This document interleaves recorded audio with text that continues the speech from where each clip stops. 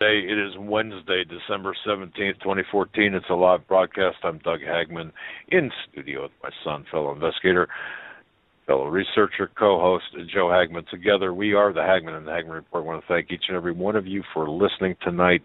We do appreciate your fellowship in this radio endeavor. I want to say hello to all the new listeners. For those new listeners checking in with us, we do broadcast live every weeknight from 8 to 11 p.m. Eastern. We are simulcast by the Christians United Broadcasting Network. There you can tune us in at the Hagmann and the HagmannReport.com. Now, alternatively, our home base on the internet is Hagmann and Hagmann.com. That's Hagmann and Hagmann.com. Two N's, spell out the word and, there you go. We still have a lot, and I mean a lot, of data at HomelandSecurityUS.com, a lot of background information there. You can check into the various articles from the DHS Insider to the Road to World War III, in which we are far down tonight. And that's really going to be the topic of our show. The focus of our show tonight is where we're at with the current state of geopolitical and economic affairs. They're intertwined so much that, and we're going to be talking about Russia tonight, the ruble, what's going on there with the ruble, also with the asymmetrical warfare with the dollar, and just how far down the path we are to World War III. That's going to be the main focus of tonight's program, because Joe and I were talking earlier. Joe spent the majority of the day in the studio, and we're doing a lot of work, getting a lot of things done here in preparation for the show. But I've got to tell you, we are facing a very perilous immediate future. With that, I want to just briefly mention that tonight's broadcast is sponsored by Katie's Essential Oils. Folks, go to HagmannandHagmann.com. On the right-hand side, all the way down there, under Essential Oils, is the banner for Katie's Essential Oils. Got to tell you, you'll notice the difference physically, mentally, everything. So Katie's Essential Oils, as well as HonestToGoodnessToffee.com. HonestToGoodnessToffee.com. Folks, if you have not ordered toffee for your Christmas Day gatherings, the cutoff date, and this is a hard cutoff date. I mean, I'll tell you, you've got to order by noon Pacific time tomorrow. Rumor has it, I have not seen photographic documentation of this, however, rumor has it that the kitchens are going full steam, and it's just a great product. If you want something elegant for your Christmas Day table or your New Year's table, which we'll get more into that later, definitely visit HonestToGoodnessToffee.com. With that, folks, we cut through the muck and mire of the mainstream media. I have not seen much in the mainstream media about the issues at hand, about the issues we're going to be talking about tonight, but they're very serious, and it's time to get serious about what's taking place. A little housekeeping before Joe, welcome. Jump on in, and why don't you go over the schedule that we've got upcoming here, if you will. We have a schedule? No. Yeah, we do have a... Sometimes I wonder. We have a great lineup for the rest of the week and into next week. We have tomorrow Ted Breuer coming on for hours number 2 and 3. You guys remember him. He is the gentleman who talked about the health, and he has he's 3 hours of... He's one of my favorite people. He talked about health, supplements, nutrition, chemtrails, everything. Yeah. I mean, his specialty is health and fitness and nutrition, but he is a very intelligent gentleman, and we're going to have a great 2-hour discussion among not only about health but among other issues that are going on in our world with Ted Rohrer tomorrow. Ted Rohrer, and if you heard the last episode, you've got to cycle it down from a 78 RPM to a 33 and a third RPM. Now, most of that joke will be lost on anyone that's under, I'll say 50. I was just going to say, I fit into the lost category. Yeah, I'm talking about records. You remember the old 78s, and then you had 45s, or the albums, which ran a 33 and a third, and then 45s. But you've got to slow it down. What's the size of records? No, it's a speed. It's revolutions per minute. It's again one of those jokes that don't land. Okay.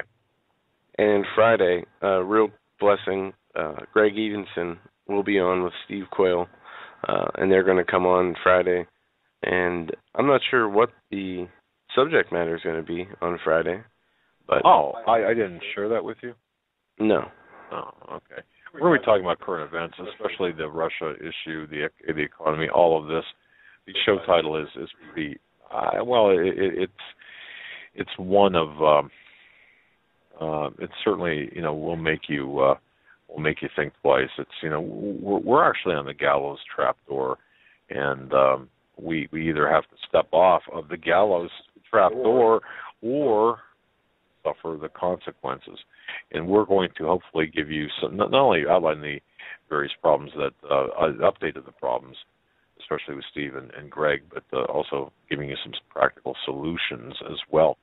By the way, folks, if you want to, I just want to mention this, and then I'm going to turn it back to you.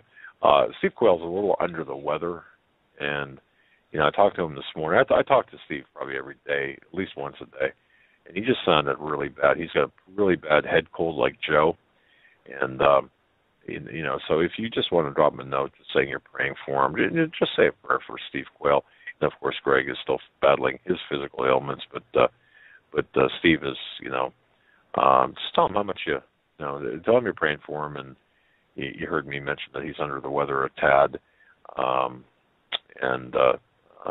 That'd be great. So go ahead, Joe. Then the following Monday next week, starting out Christmas week, we have Josh Peck. He is the author of Quantum Creation. We met in Columbus, Ohio. He's going to be coming back on to do, I believe this is part one of a two-part show we will be doing on his first book, Disclosure, which is a book about the ancient Deception? World before the flood, the ancients, the fallen, the days of Noah, and how we are seeing a repeat and how we are seeing things come alive again, how we're seeing prophecy being fulfilled. It's going to be a great show. We'll have the information and show descriptions up for you on the Hagman and Hagman report before the show each day for you to read. But and we're talking with a few other people. I talked to Greg Jackson. We have to get him scheduled. And Pastor Langford, somebody that we talked to yesterday, but I forgot to ask him if he could come on and wanted to do a show here in the near future because we're getting a lot of requests for him. So those are some of the people that we have lined up and some of the people that we are looking. Also, for two listeners that sent requests, Irving Baxter, to get him on as a guest. I'm looking for his contact info, and we'll be sending out a request once I receive or find the contact info. So I just want to thank you guys. But with that, we can get into Let's remind everybody, too, that we're not going to be... There's only 2 days in the entire year. Out of 365 days, we broadcast 363 days. No. Except when we don't, right? On the weekends, we don't. Or I'm sorry. But this coming, or Christmas Eve and New Year's Eve are the 2 days that we do spend with our family in reflection and prayer. And I just want to mention that we will be live Christmas Day night. And we will be live New Year's Day night in studio just to keep you company. Invite us, please. Can we invite ourselves to your table? We'd like to be brought to your table, and we'll break bread with you, and it'll be uplifting and good show on Christmas as well as New Year's Day. So broadcasting live there. So definitely tune us in. And you know what? I was talking to my wife. We've got friends who are infirmed and various stages of their lives, and they don't have family, and they tune us in, and we've been getting a lot of good feedback saying, we appreciate you being live on the Christmas and New Year's holidays, including Thanksgiving too. When most talk show hosts are off and spending time, or if they're on at all, they have a sub or a substitute host, but guest host. But we would prefer to be with you, our extended family, on those days. So, all right. One of the first things I'd like to get into, Joe, is we had talked earlier about there was a Carolyn Glick from Israel, from the I believe it's Israel National News. Now I could be wrong. It could be. Let me just see here. I have the article here. For Israel Video Network. Yes. Go ahead. All right. Carolyn Glick. This lady or a ma'am is part of this. And this clip is from the Israel Video Network. Carolyn Glick just made sure that every European ambassador will think twice before opening their mouth. Carolyn Glick, JerusalemPost.com senior contributing editor, responds to Danish ambassador that's Jesper Var. Jesper statement that Israel is better than Palestinians and therefore is being judged by different standards. And we do have the audio clip uploaded. We can play that at whenever you want.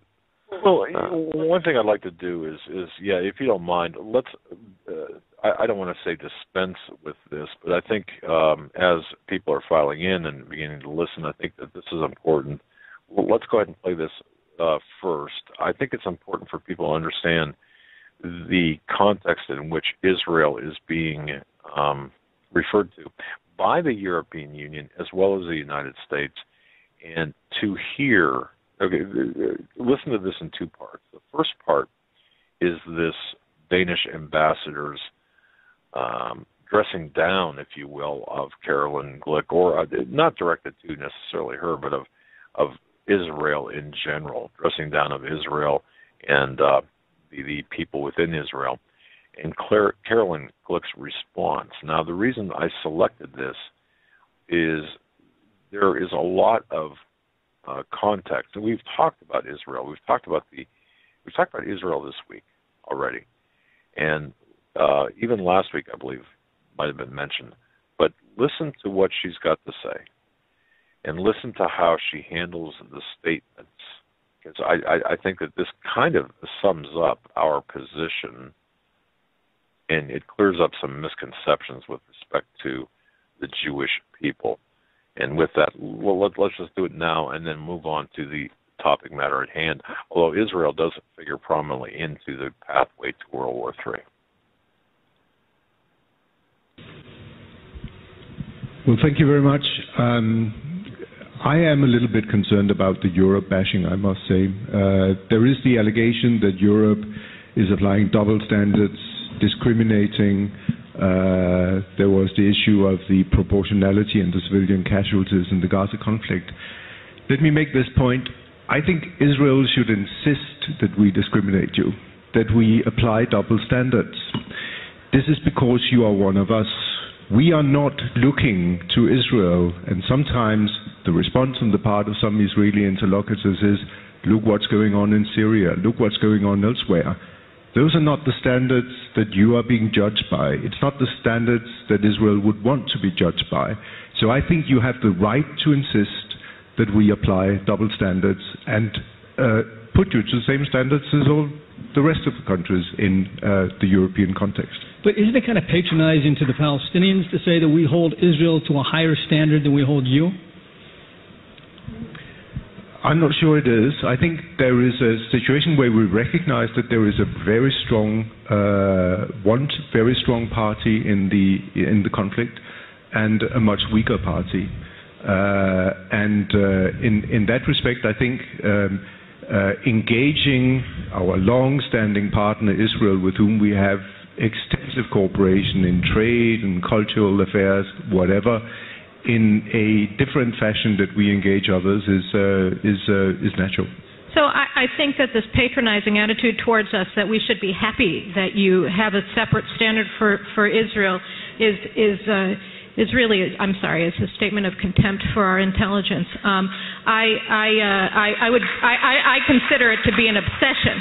I consider Europe's keen interest in the Middle East, specifically Israel, to be an obsession, and it's an obsession that Jews have seen from Europeans from the time of Jesus, and we know what it is. That's one thing. The other thing here is, we have this whole common culture. I mean, really? We respect international law. You guys make it up. There is a binding UN Security Council resolution, Chapter 7, from 2001, 1373, that bars every single UN member nation from funding or otherwise supporting in any way terrorist organizations. And you guys are funneling billions of euros into rebuilding terrorist-controlled Gaza. All right? This is in contravention of binding international law that you signed on to. Now, on the other hand, there's imaginary international law. Imaginary international law that says that you are required to sanction Jewish projects from Jerusalem and Judea and Samaria. There is no such binding law. You guys are funding settlements in Western Sahara. You're funding them. You're funding them directly. So, this is not a double standard. This is a singular standard for Israel. It's not about international law. It's about an obsessive, compulsive need to constantly pick at the Jewish state. And no, I don't want to be proud that you're looking at us in a different standard from our neighbors, because you're not looking at our neighbors as human beings. What you're saying is they're objects. The only actor in this entire region are the people they're trying to annihilate. And the only people who are supposed to be judged for our actions, and always poorly, are the people who are doing everything possible, more than Europe, right? More than the United States, more than anybody, in order to protect the lives of the Palestinians. So with all due respect, and I would love it if I could have more respect for Europe, but your treatment of Israel, your singular standard, your obsessive, compulsive need to constantly pick at the Jewish state, right, makes it very, very difficult. Very, very difficult to worry if you made a helpful statement saying, Gaza should be demilitarized. The only way, and you know this, the only way that Gaza will be demilitarized is if Israel reoccupies Gaza. That's the only way. The only military organization here that is not a terrorist organization and is not a terrorist supporting organization is the IDF. And for that, we are calumnied, we are condemned, we are investigated, we are put on trial every single day. Our soldiers are condemned by you. Our soldiers come in and are being called murderers for protecting our families. And I'm sorry, it's very hard for me to feel any respect for this kind of behavior. I think your point is clear. I'd like to give the European ambassadors a chance to respond to that. You can cut that if it's not already cut. Okay. What you just heard really was the Danish ambassador speaking essentially on behalf of the European Union, really met by Caroline Gluck, very articulate. What this imbecile from the European Union said was to Israel, we are holding you to a double standard. We're letting the Palestinians and the terrorists have a break because, they're just not as developed as you are, and Europe is. So we're going to support the terrorists because you should act differently to Israel, in other words. And this is amazing to me because if you take that very same template and apply it here to the United States, this is the mentality of the renegade chief. And I think that we're seeing the soft tyranny of expectations, the soft tyranny of expectations by our leaders and race baiters, the bigotry, the hatred, the anti-Semitism. this is equivalent to what's taking place here in the United States. So I think what we're seeing here together is a very assertive statement by Caroline Glick of the Jerusalem Post and a very telling statement by the Danish ambassador. I just wanted to play that because I think that says it all. All right. And Israel does figure in, by the way, to World War III. But go ahead. Yeah. Before we get any further into the program, I don't know. I don't remember if you mentioned this. We talked with Blog Talk today about a few things. One, the size of the audio format, how they've changed it to a much bigger file size, and the player, and how the option for the play in your default player has been removed, and among other things. And they were very nice and receptive and understand that they have issues going on. But one suggestion that the lady, I think Cynthia was her name? Cynthia. And let me just say this. Cynthia said that the last time that we asked you folks as listeners to email, especially having problems listening live, she said she got so many emails, and they were all very respectful. And she just commented, and even commented today, I think a year later, that really made a very distinct positive impression with BTR. And but emails help. So listen to what Joe's going to say, because the core issue is the inability to, or the removal of the play in your own player button, and also the problems that you do have with the getting it to play live and then the loop feedback starting the program from the beginning. So having said that, be very articulate. 3 issues: the lack of a playing live, or play in your own player. She said making sure you have Flash Player updated. Right. Is a way that helps also. She said Firefox is much more efficient than any other browser. Internet browser. And she also stated that they are coming back with a download or listen in a different player option. She's just not sure when that is going to be released. But she asked that people with issues, technical or otherwise, just send them an email. If you go at the bottom of the page on the Blog Talk page, you just find their help or support email. And we're going to put a link up on our page. And you just send them an email if you're having trouble, or if you have a question on... or a complaint, but do it very nicely, because they respond better to the nice ones. And for example, your inability to play it live, and I have a problem on one of my computers not being able to play it live, and it has because they've gone to an all Flash player format. So if you just say, hey, if you send Blog Talk an email, say we would really appreciate bringing back the ability to, or change it back to the way it was, and also have the option for a listen in your own player. That you recall. Yeah. Okay. But the point here is she said, make sure that the listeners send us emails to let us know if they're having issues. That way they can help everybody. They said that the listeners are our listeners.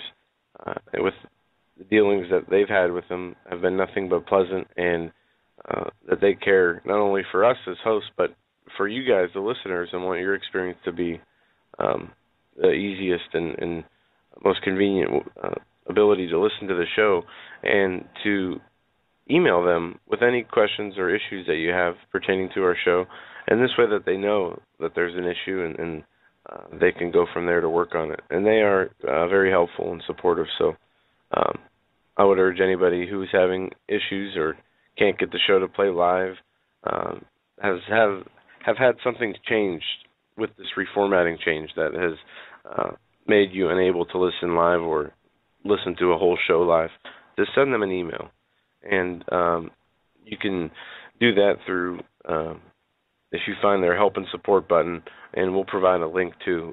But just look up support on the search box on Blog Talk Radio, and you can go from there. Yeah, and before we post it on our website, we want to make sure we've got the proper email address, so the email does not get deleted or so the most effective way of doing it. But they are awaiting your emails, Cynthia, and God bless her, she's a great lady. She's a listener, okay? So she understands what we're going through. She understands what you're going through. And they're just fantastic people. And I wouldn't say that if I didn't feel that, but she really wants to help, and she said, you've got the best audience. And Joe Boster and I said, well, you don't have to tell us. I mean, we know. So she's very impressed, and things do get done that way. They will respond. They will absolutely, positively respond to your, shall I say, complaints or concerns. So please, definitely do that. And thanks for mentioning that. I omitted that from the programming schedule here I had in front of me. So I was just really concerned with what's really going on. But if we can't be heard, that's a problem. Absolutely. All right, we're going to be talking about the economy tonight. I'm going to play a quick clip here. This is Peter Schiff being asked a question by a reporter about the collapse of the U.S. dollar. Here's what he responded to. This was from yesterday. Of course, you're very famous for having predicted the crash of 2008, late 2000s. What are your thoughts right now, just quick and dirty thoughts, on where the dollar is going? Well, I think it's going down. I mean, not only is it going to go down against gold, which is clear, but it's going to go down against other fiat currencies. So you have to be very careful about any investments where your returns are going to be in dollars, because you don't really know what the dollar is going to be worth. What is it going to buy you in terms of purchasing power? So unfortunately, I think the dollar has a long way to decline, and that's going to be very unfortunate for Americans that depend on the dollar. I mean, the reason that we enjoy the standard of living that we do today, and of course it's a lot lower than it used to be, and it's a lot lower than it would be if we were more of a free market economy, but what standard of living we still have is a function of the willingness of the world to take dollars. I mean, we're able to print money, and we can use it to buy all the the goods that other people produce that we don't. But that's going to change, and in fact, it's kind of ironic that we're almost hastening the dollar's demise by fining the banks in France or in the UK or in Switzerland, or spying on the Germans. I mean, we're really antagonizing a lot of people who we should be sucking up to, because we need them to buy our currency. In fact, with the new FATCA rules that come into play, we're making it a lot more difficult for people to hold dollars. And there are more dollars outside the United States than inside the United States, and we need to keep it that way, because if those dollars come home, there's nothing to buy. Prices are going to skyrocket. We need to export our inflation, but unfortunately, I think it's coming back. Right, all those inflation chickens are going to come home to roost. All the money that we've printed and sent abroad is going to come back, and so the dollar is going to lose a lot of value. And you need to be cognizant of that. That's why most of the assets that we invest in at my company are abroad. And we want to own income streams in other currencies, whether it's the New Zealand dollar, the Singaporean dollar, the Norwegian krona, the Swiss franc. I mean, there are other currencies that we want to earn, not dollars. Sure. Very great advice, as always, from Peter Schiff. Thank you so much for joining us. It's such a pleasure. Good luck with Liberty Me. All right. Thank you so much. All right. That from Peter Schiff, as we have many. I don't know where you want to start on the economy tonight, Dad. We have new information from welfare statistics. We have new record high of price of ground beef. We have a new record level of a wealth gap between the rich and the poor Americans. We have hedge fund managers, IMF employees, and other people warning about the coming economic plunge that we're going to see here in this country, and including these articles stem from Bloomberg to RT to Zero Hedge to LA Times. There's a lot going on in the world of economic news today. Well, I think one of the things that I think perhaps one of the first areas of concern, and I wrote about this in February of 2013. I'm going to just reiterate this right now. It's a killing off of the U.S. dollar. What we're seeing taking place, and if I can just summarize it, people say, well, when are we going to see the collapse of our economy? We're seeing it. We're watching it. We are in that collapse right this moment. One of the things, I would say this. I have not had the time to put this up on our website, but there is a video from sgtreport.com, urgent three new signs, total economic collapse is in progress. And the international criminal banking system, that banking cartel in the United States, is really now in the process of collapsing the U.S. dollar, and with that, taking out other currencies, including, but not limited to, the ruble, the Russian ruble. And the three most latest dramatic signs, now this according to the SGT report, CME implements a $400 wide gold circuit breakers for vast price swings, meaning they're expecting volatility, critical volatility in the gold market or in the precious metals market, to be perhaps more precise. The U.S. Treasury seeks, quote, survival kits for federal bank examiners, and then the U.S. taxpayers are now on the hook for $303 trillion in Wall Street derivatives. Well, what's that all mean? I mean, I'm not the, what's all of this mean? Well, what we're seeing take place right now, just think back, if you will, to 1913, and think about the Federal Reserve. What's their mandate, the Federal Reserve's mandate? The Federal Reserve is mandated to ensure, well, one of their mandates, or the primary mandates, is to ensure that the U.S. dollar is kept at a stable level. If you accept, for example, or even, it doesn't matter if you accept it or not, we have the Federal Reserve System in place. So what are they supposed to be doing? They're supposed to be preserving the dollar. Well, what's happened since 1913? The value of the dollar has not been kept stable at all, but it has fallen by 96, some say 98, but we'll go with the 96 cents on the dollar. So versus 1913 rates, or the implementation of the Federal Reserve, the value of the fiat currency has dropped 96% at bare minimum. So we've lost 96% of our buying power of a dollar compared to 1913. And I know that's kind of difficult to wrap your head around. Well, that is until you go to the store and see the price of ground beef at over $4 a pound. Then you'll see that did the cost of the ground beef go up, or did the buying power of the U.S. dollar go down? Now I'm talking about commodities or consumables or items that are not, I'm not talking about silver and gold or commodities that can be manipulated, or even oil, but everyday things. And that would go for toilet paper, it would go for paper towels, it would go for any type of, especially food. But this is actually getting now down to the wire, I believe, which is why, and all of this should answer why the police have been militarized. You know, we are watching a criminal cabal of international bankers that are intent on destroying the U.S. economy.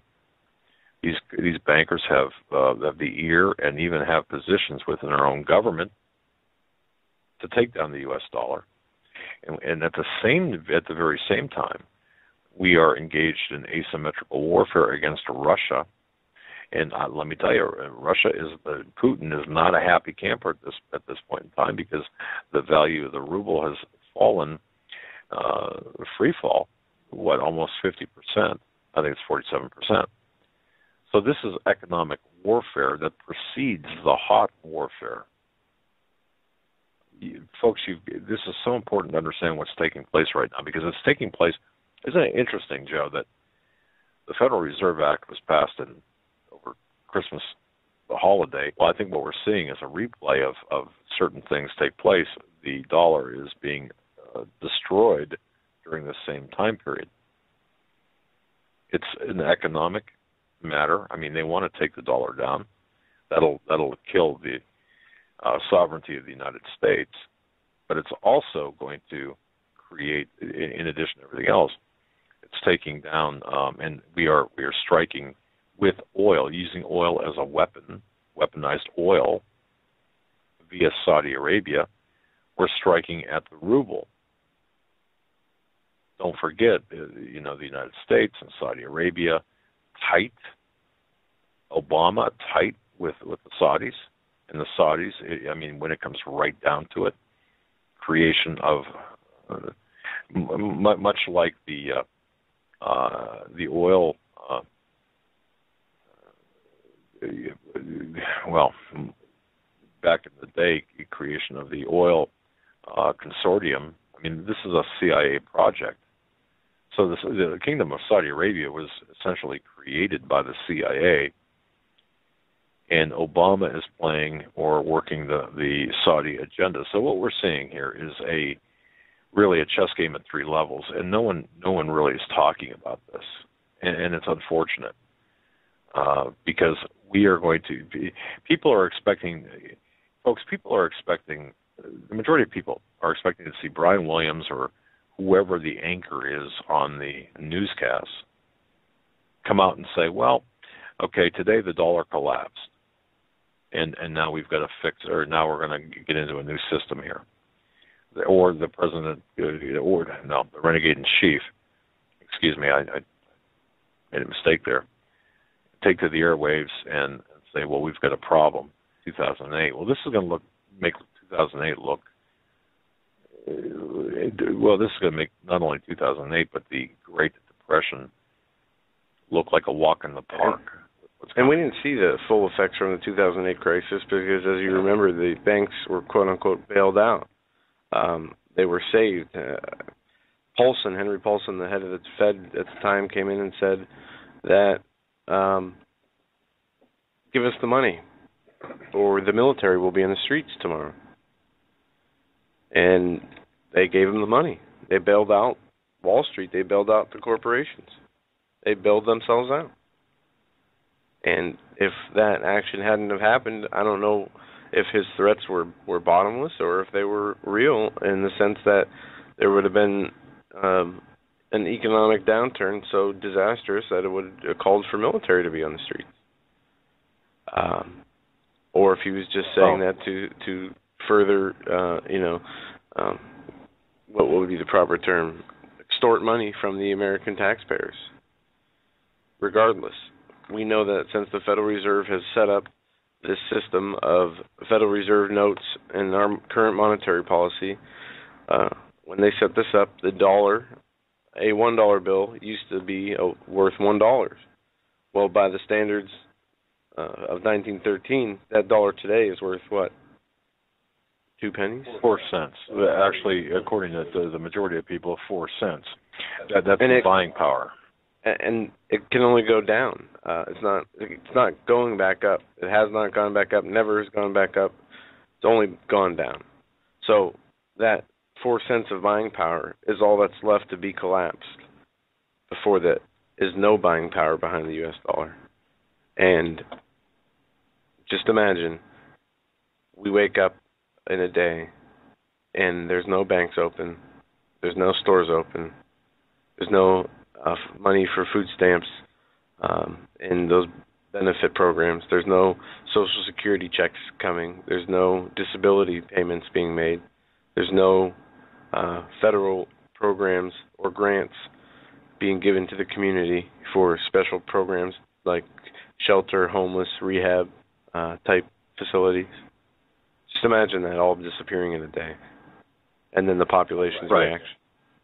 Well, and that's exactly what is going to happen. And I don't want to be the bearer of bad news, but that's our job, isn't it? So those of you who are frightened to the point of fearmonger, yeah, right. Folks, we are witnessing right now the takedown of the U.S. dollar. We are witnessing the end of the petrodollar. We are witnessing also the final push against Russia, which will necessitate at some point or develop into a hot war. And right now, Russia, their main sources of income, they've got really three main sources of income. They export oil, gas, and weapons. Okay, through the sanctions, weapons have been affected. Through this asymmetrical warfare, oil and gas have been affected. Hence the decline in the ruble. Now, let me just, we in order to understand what's happening right now, we have to look at what's happened in the recent past. And folks, I would urge everyone to look into this. Do not take my word for it. If you have a pen and paper, you can write these terms down. You can do your own research. Remember Hurricane Sandy. Just think about that or just keep that in the back of your mind as I tell you about this. Does everyone know what the DTCC is? Hopefully, the Department of I don't know.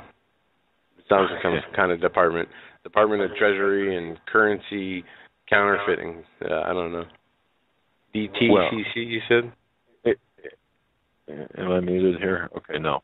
Yeah, DTCC is the Depository Trust and Clearing Corporation, just so people know what that is. Okay. It's an acronym for the Depository Trust and Clearing Corporation. It is it's actually a private company which provides clearing and settlement services to the financial markets. Now, this is essentially their mission statement. The DTCC provides a way for buyers and sellers of securities to make their exchange in a safe and efficient way. It also provides custody, central custody of securities. DTCC was established in 1999 as a holding company to combine the Depository Trust Company and the National Securities Clearing Corporation.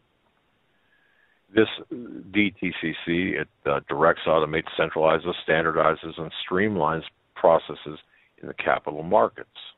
Now, through its subsidiaries, DTCC provides, the subsidiaries actually provide the clearance and settlement information services for equities, corporate and municipal bonds, unit investment trusts, and so on. Government and mortgage-backed securities, as well as money market instruments, over-the-counter derivatives. Now, the DTCC was established, or the DTC, the Depository Trust Company, was established back in 1973. And it seemed like a good idea at the time, because what it did was it served to alleviate the rising volumes of paperwork and the lack of security that developed after the rapid growth in the volume of transactions in the security industries originating in the 60s. See, and this is important to really understand, I believe anyway. Before the DTC and the NSCC were formed, brokers had to physically exchange certificates, stock certificates. So what they did was they had a whole bunch of, and you can watch movies, I think, and you'll see the movies and where you've got messengers riding bikes and with messenger bags, and they're inside the bags were certificates and checks and such, and they would actually have to physically hand off the transactions, the paper transactions. They actually physically exchanged stock certificates and the checks for those. Now, back in the late 60s, there was an unprecedented surge in trading. In fact, one day, by today's standards, it's nothing with the high frequency trading, but in one day there was like 15 million shares on the New York Stock Exchange. This was back in April of '68. They had grown to a daily 50 million shares. So just imagine, that's a lot of bicycles, messengers, and So what they said, okay, we're gonna establish the Depository Trust Corporation. All right. Well, that's kind of the backstory of the DTC. So that evolved ultimately. Okay, so that evolved ultimately into the Depository Trust and Clearing Corporation, the DTCC. And let me just drive home the point again that this is a private holding company, a private financial holding company, established in 1999.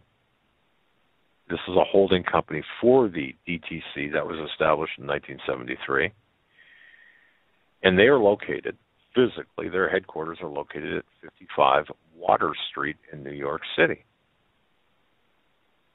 Now, the executive chairman is Robert Druskin, and the CEO is Michael Bodson. Now, having said all of that, now remember 55 Water Street. Remember that address. Well, okay, so what? We've got this DTCC. It seems like a harmless entity. It's a private corporation. It's there to facilitate stock transactions. Well, if you have stocks, if you've got bonds, securities, you don't own them. And not only that, you don't even know, and we've addressed this before, we don't even know who holds. Chances are 99% of the mortgages out there are not held by the bank or by the facility in which you got your mortgage. No.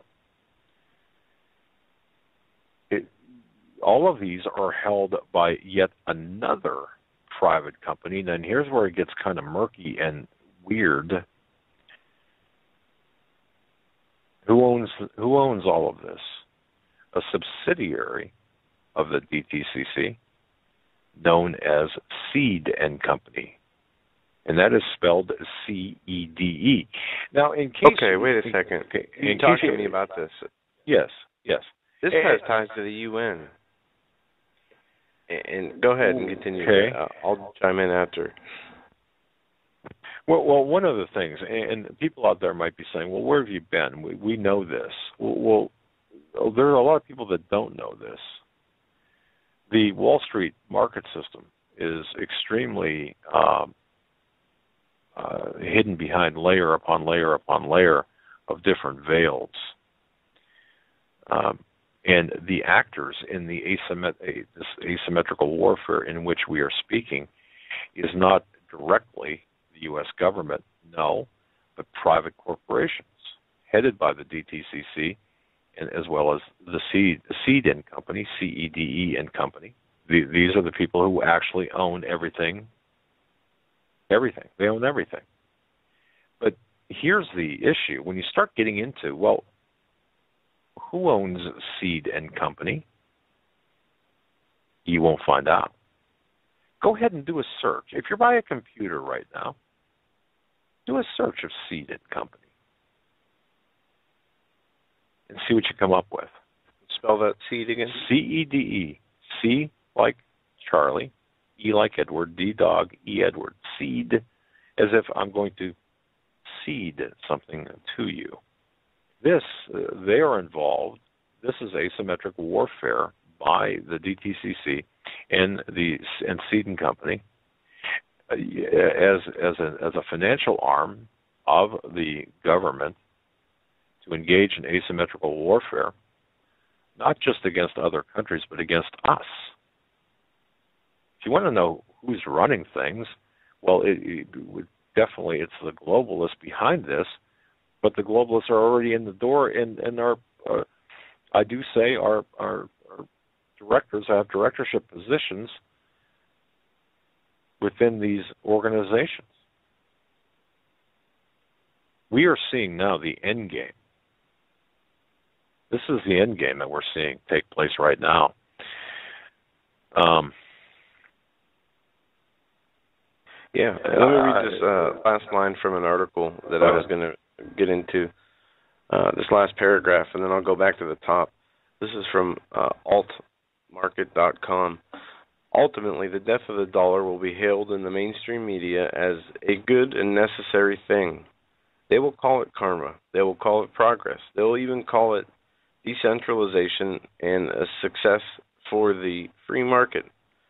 But it will not feel like a positive development for the American public, who will suffer greatly as the dollar crumbles. Only those educated in underpinnings of shadow banking will understand the whole thing is a charade designed to hide the complete centralization of sovereign economic governance into the hands of globalists, using the IMF and BIS as fiscal heroes, saving the world from the Bank of International Settlements. Yeah, saving the world from the state of economic destruction the elites themselves have secretly created. And the title of this article is IMF Now Ready to Slam the Door on the U.S. Dollar. Written by a Brandon Smith. It's a very good read, and we'll get into more of this, but it talks about, since the continued destabilization of after the wrap-up of the Fed's tapering of quantitative easing 3, making very little sense in terms of maintaining the manipulated illusion of economic health, unless, of course, the Federal Reserve was implementing the taper in preparation for a renewed fiscal catastrophe.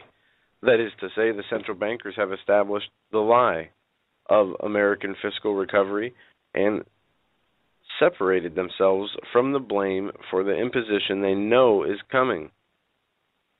If the markets were to collapse while stimulus is officially active, the tragedy would be forever a milestone on the necks of the banksters. And they can't have that now, can they? This is not to say that the individual central banks and even currencies are not expendable in the grand scheme of things. In fact, the long-term goal of globalists have been to consolidate all currency systems and central banks under the outward control of the IMF and the Bank of International Settlements. But the particular article he refers to here, The Economic Endgame Explained, summarized dangerous trends that have been concerns for economists for years, namely the strategy by international financiers to create a dollar collapse scenario that will be blamed on pre-positioned scapegoats. I have no idea in what form these scapegoats will take. They are simply too many possible triggers for financial calamity. What I do know is the goal of this endgame to remove the dollar as the world reserve currency status and to pressure the American people into conforming or even begging for a centralized administration of our economy by the EMF.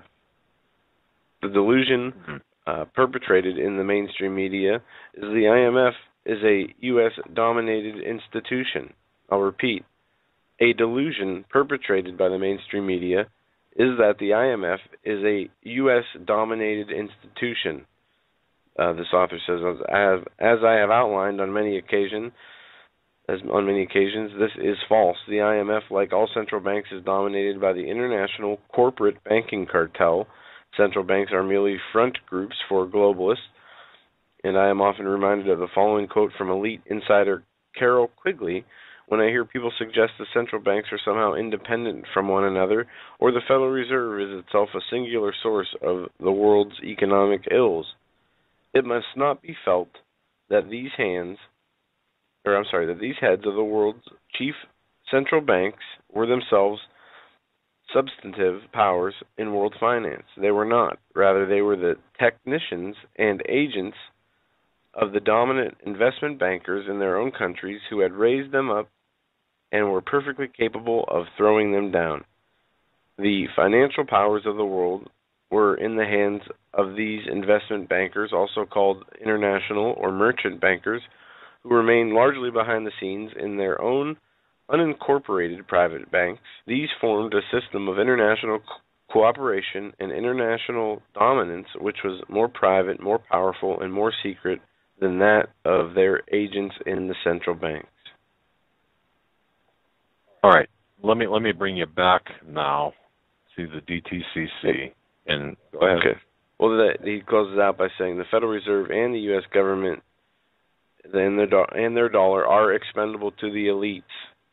as any other economic or political appendage. It can be replaced, right, and will yet with another illusionary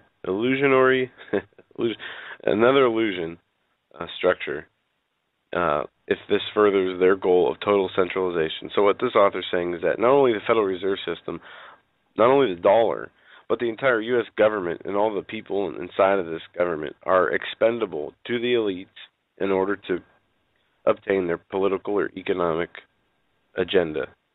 And that's a very important fact to understand, because you cannot understand what's going on without understanding the fact that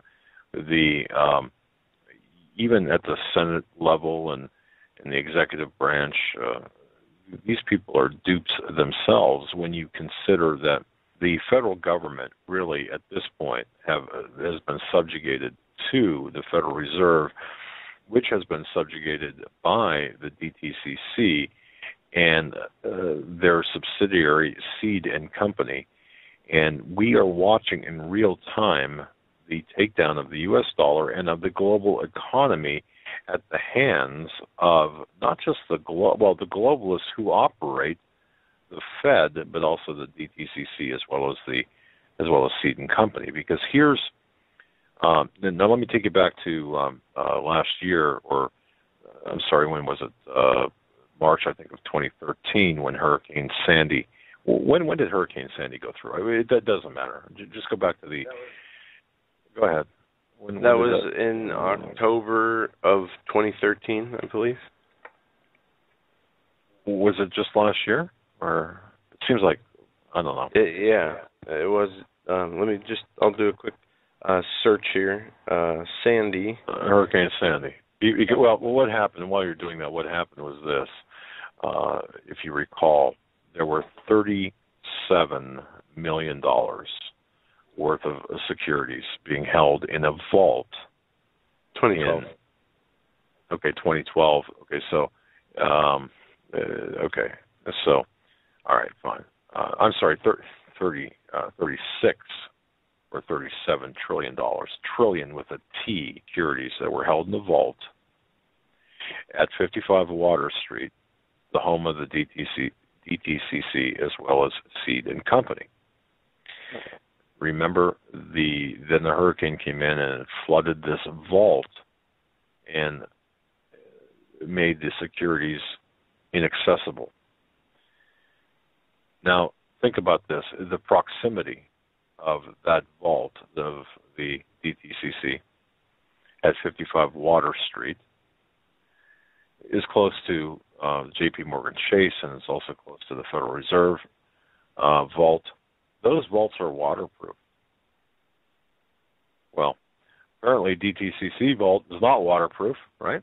Because the flood from the hurricane destroyed $37 trillion worth of security paper being held in the DTCC vaults. Now, as if that's not bad enough, and you just can't make this stuff up, remember, as the floodwaters receded and they were just drying things out, supposedly trying to get things back to normal, what happened? A fire broke out. A fire broke out in the waterlogged vault that held the $37 trillion worth of securities. Now, that's $37 trillion in perishable paper stocks held at one private company. And also 65,000 troy ounces of gold, palladium, platinum bullion. Well, they couldn't access that either.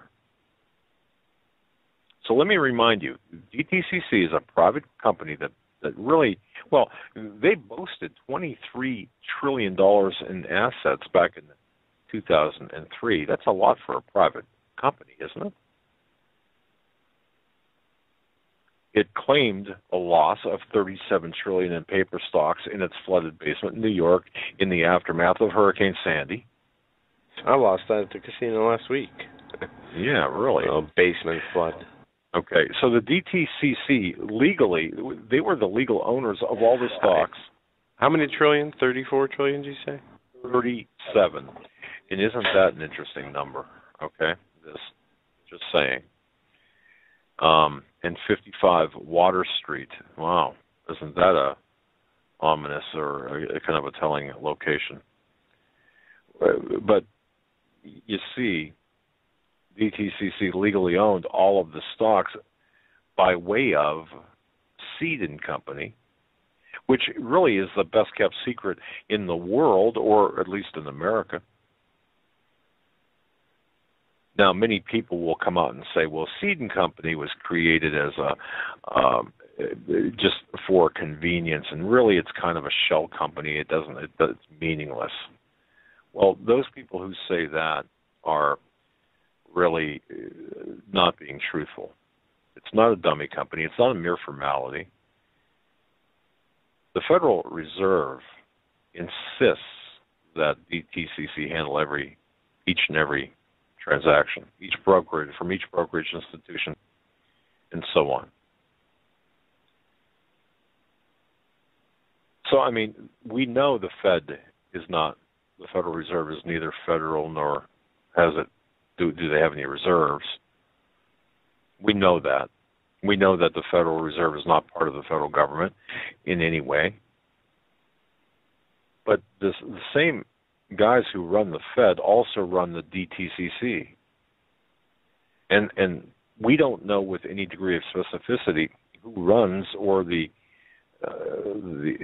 can speculate, but we don't really know with any certainty of this privately held corporation called Seed and Company that owns everything, that created as a subset of DTCC. We don't know who the principals are there. I'll just say the globalists and the very same people that are in the Federal Reserve or high in the Federal Reserve, the globalists, the bankers, and all that. We skipped we're late for the top of the hour break, but article here, Russians flock to stores to preempt price rises, fearing a bank run. Frantic buying big-ticket items. Russians preempted stores to try to get their full value with the ruble in recent days. And we have this story and much more on the economic condition of the globe from all perspectives. And the explanation of how all this ties together. I didn't mean to overtalk you, but we were talking about DTCC and Seed. This is not. This is connected to what we're talking about, World War III in Russia, and the takedown of the ruble as well, and how this will lead to a shooting war. I just want to make sure that people understand there is continuity to tonight's program. So, go ahead, Jim. All right. With that, let's go to our top of the hour break. We're going to take the break now. We'll come back after a few short messages from our sponsors.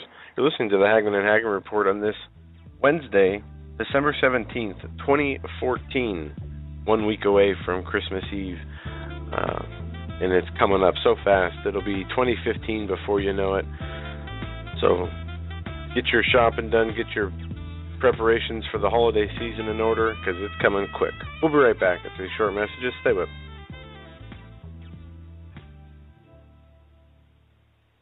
Hi folks, Doug Hagmann here. You might know me as the co-host from the Hagmann and Hagmann Report, or as a frequent guest on Coast to Coast AM with George Norrie. If you're like me, you're tired and confused over today's headlines. You just don't know where to turn for accurate, concise information about really what's going on, what's truly going on in today's society. If you don't know where to turn for accurate, well-researched, and properly vetted news, I've got a suggestion.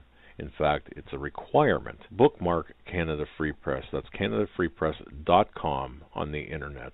It's just not for Canada. It's for news across the world. Judy McLeod, founding editor, has put together a vast array of talented writers like Kelly O'Connell, Daniel Greenfield, Dr. Eilida Johnson-Powell, a lot of guest columnists, very talented writers.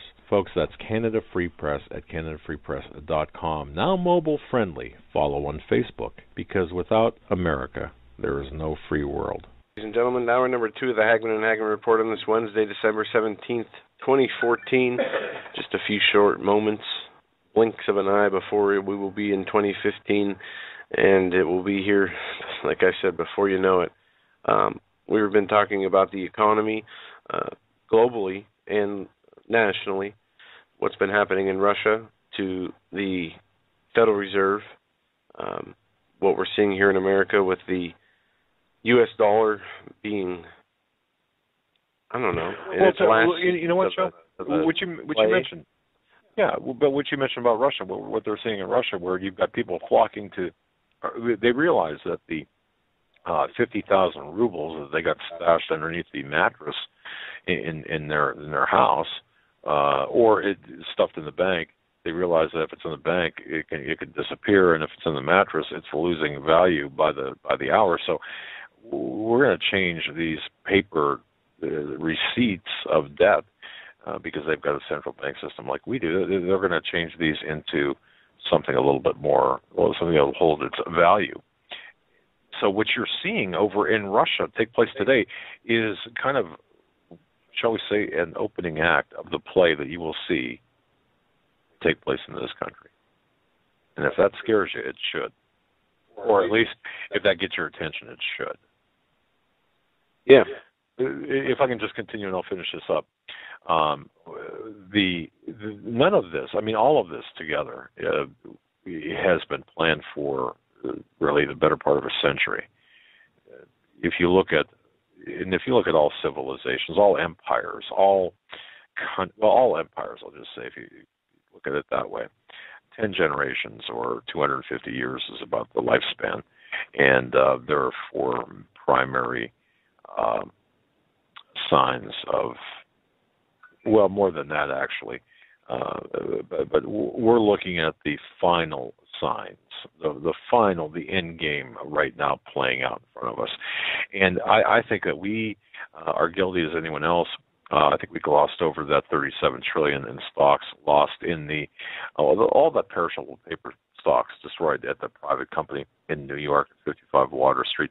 I don't think we did that justice, in previous in previous programs. I think that we have to look at that as part of a larger illusion, and this happened too amidst the pending indictment of banks and federal officials and others for racketeering and money laundering. And consider it in a way. I mean, we could equate this in a way. Remember, right before 9/11, Rumsfeld stood at the Pentagon and said, "Hey, you know what? Guess what? There's $3 trillion missing dollars, or $3 trillion missing." Right.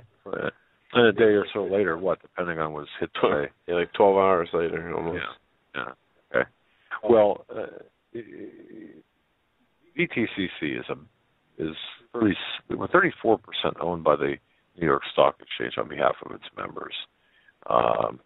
And who are among its members? Well, the same people who own the Fed and DCC naturally. Okay, so these same people who own or who buy government officials at campaign time, the donations, and so on. So if you're really not familiar with how the whole thing works, you can you can see that. I suppose you can call a stockbroker, for example, or a bank, and tell them you want to purchase some shares of common stock, or maybe even a small municipal bond, for example. And what they'll do is they'll set up a brokerage account for you, and they're going to act as your agent with a full, durable power of attorney. You've got to sign that over to them to conduct business on your behalf upon your buy or sell instructions. And then the broker, what the broker does, the broker is going to place your stock or bond purchase into their safekeeping under a street name. According to the DTC, no bank or broker can place any stock or bond into the firm's own name due to FTC and SEC regulations. But the broker or bank must then send the transaction to the DTC for a ledger posting. But think about the high-frequency trading. How can all of this take place? It's absolutely impossible, and this is where the other part of another segment of this equation, another segment of this wheel of really fraud comes in. Because under the high frequency trading, how in the world can you make ledger entries, which still must be done under each and every transaction, when you are talking about billions of transactions or per day? It's physically impossible. So for the people that are talking on the financial channels, it's just insane. This, for example, this has been a good trading day or whatever. They must know. They're not clueless. They've got to know that all of this is fraudulent. But once you turn over your stock, your bond, your municipal fund over to DTC, the private holding company, as shown on your stock certificates or whatever, on the actual certificates will appear either Seed and Company or Seed Company or Seed and CO, period. Once that happens, you've got no real, actual, or even legal claim over these stocks or bonds. That's the fraud, okay? So they are stealing through your good faith, and ignorance as well. They're stealing your money, or I shouldn't even say money, but your investment. So what happened with that $37 trillion? It just went up in flames after, of course, it was flooded. Now, how does that... So now that you've got a headache like I do right now after thinking about all of this, so how does this play out? What's going on right now? Well, the geopolitics of everything that's taking place, don't forget, the United States, at the behest of Saudi Arabia, I have to go back to this because Benghazi is a big part of this, and this is the bigger story behind Benghazi.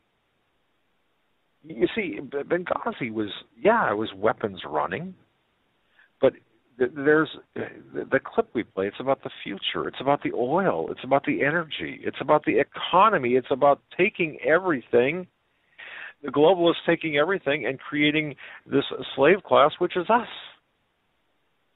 That's the bigger story behind Benghazi, and this is why we'll never get the real story behind Benghazi, because it fits into a financial asymmetrical state of war between the United States and Russia. And we are doing everything. Yeah, go ahead. We've always, since the Federal Reserve and possibly from before, we've been economic slaves since that point, at the least since 1913.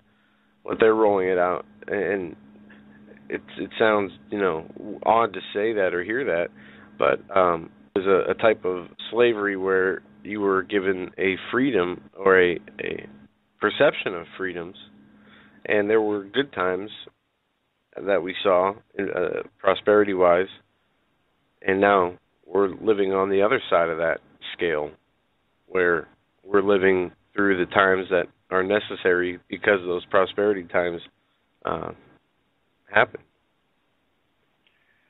Yes. And also remember this. I think this is perhaps one of the best statements, and it's not mine. I can't recall who to attribute this to. But when we stand at the cusp of change, as we are right now, whether it's good, bad, or, bad in this case, to understand something, in this case, to understand exactly what's taking place, is to be liberated from it. Did you get that? At the cusp of change, to understand what's taking place, to understand something, is to be liberated from it. So once you understand how the game's played, or is being played, once you understand who is raping, pillaging, and taking your life's work and toil, and that of your children and your grandchildren, and once you understand who's behind it and how they're doing it, only then can you be liberated from it. So what we're seeing right now with all of this. You know who owns America? Well, he who owns the gold that makes the rules and has the control, but through its subsidiaries, the DTCC owns the majority of all public, private, civil, commercial, financial, and real assets of the United States.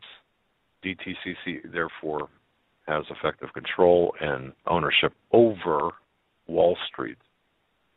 And through its subsidiaries and through Seed and Company, yeah, we're owned. We're owned, folks. The integrity of this country, well, what was once a free capitalist, and this is not capitalism. This is not capital finance. What was the financial market of capitalist financial market has been decimated, destroyed by the DTCC-controlled Federal Reserve and the financial stranglehold it has on the federal government. This is breathtaking. You want to know who to point your finger at? Well, every member of the Congress, the Federal Reserve, the DTCC, of course, the Security and Exchange Commission, the DTC, Seed and Company, three major banks, HSBC, Bank of America, and JP Morgan Chase. The globalists such as, Kissinger and Brzezinski and Gates and the Gates Foundation and Rockefellers and all of the members of the Illuminati. There you go. Now, how does this play into what's taking place in Russia and oil? I pulled up to the gas pumps today, and I heard somebody say, "Wow, didn't realize gas went down so much," and they were totally clueless as to why, but certainly thinking, "Oh, this is great. This is great." It's still not down nearly close to the levels it should be at for the price per barrel. $2.75 here, I think, where we are. Which, yeah, it's nice, I'll admit. Put $15 in the tank today. Got over 5 gallons. That hasn't happened in a while. No, of course not. But it's understand that all of this is a grand manipulation, and this is certainly cheap oil or a glut of oil is a direct. You might as well lob a bomb at Russia, because Russia, once again, you're looking at their exports being oil and gas. So, and we have to throw fracking into this as well. But you know what? I don't want to divert. I mean, fracking has its place, but rather than convolute the subject, I'm just kind of telling you, based on my research, my investigation, my interviews, this is what's taking place here. What is Putin going to do? Because he's got a massive problem on his hands, and he's not happy about it. I was talking with Ken Kay from Colorado today, friend of the program, who was saying, tomorrow now, Putin is going to have his long meeting with the media where he sits and just has a long interview, I believe it's called, and he sits and answers all the questions from the media, and he just kind of goes off and has this one huge press conference. He does that once a year. Tomorrow's that. Tomorrow, I think everyone should be paying attention to what Putin says. We must be paying attention, very close attention to what Putin says. He will telegraph his intentions tomorrow during this long interview. Now, what we're seeing, once again, is a fight for energy. It's the attack against the dollar. It's an attack by our own people, and it's an attack against the ruble by our own people for all the marvels. This is for all the marvels. We're seeing the end game play out. Because if we can not just destroy the U.S. dollar, but destroy the ruble, as we did once before, and Putin remembers that at the Cold War, Well, what's going to happen? What's next? Sure, this will serve to usher in a global currency, and the entire world will look at America as the pariah of the world. You started this. You caused this. What mess have you caused? And of course, we're going to be ostracized. And you might think, well, that's not too bad. I mean, we can take that. No, you don't understand.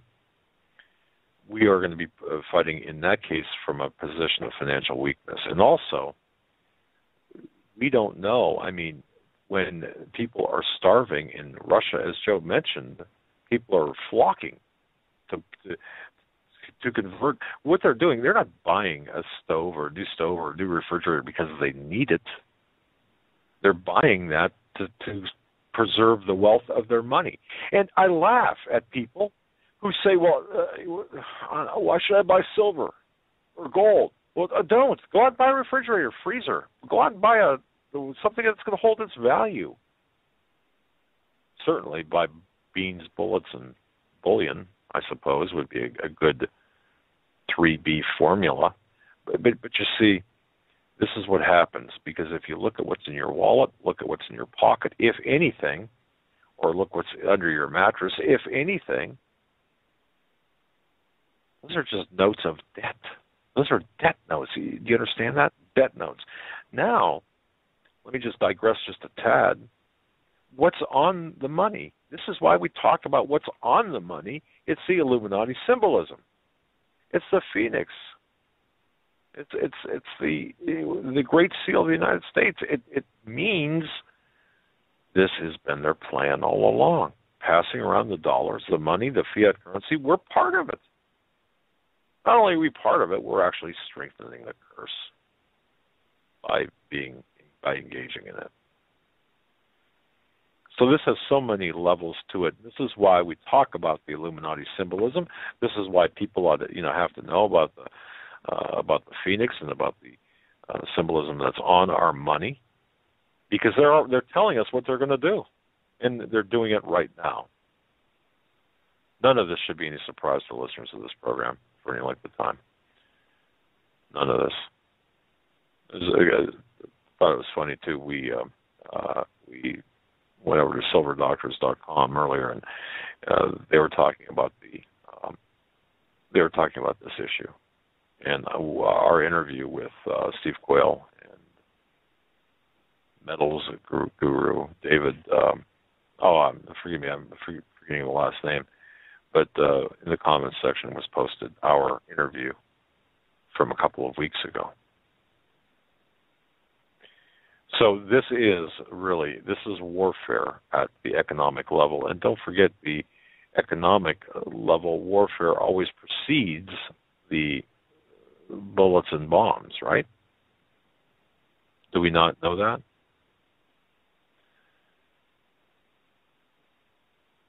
So there is a full-blown economic crisis in Russia right now. It's the 8th largest economy on the planet. It's in a state of turmoil. The shocking collapse of the price of oil has hit a lot of countries really hard, but few nations, as I mentioned, are as dependent on energy production as Russia.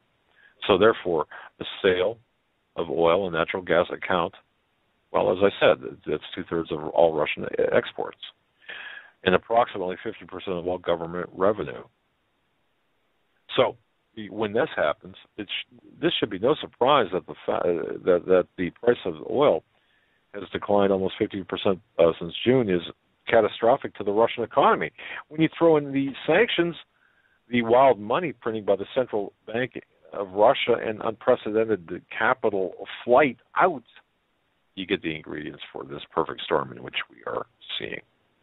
And those of us living in the Western world, we should not be too smug about what's going on, because the nightmare that is going on right now in Russia is a preview of the economic chaos that is going to really hit the entire world and hit the United States.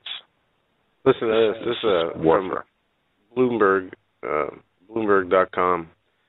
Yuan has a real shot at IMF blessing on reserve status. No, for the yuan first or time, yuan. I prefer yuan, by the way. Yuan. Yuan. For the first time, China has a real shot at getting the International Monetary Fund to endorse the yuan as a global reserve currency alongside the dollar and euro. In late 2015, the IMF will conduct its next twice-in-a-decade review of the basket of currencies its members can count toward their official reserves, including the yuan. In this so-called special drawing rights system would allow the IMF to recognize the ascent of the world's second biggest economy while aiding China's attempts to diminish the dollar's dominance in global trade and finance.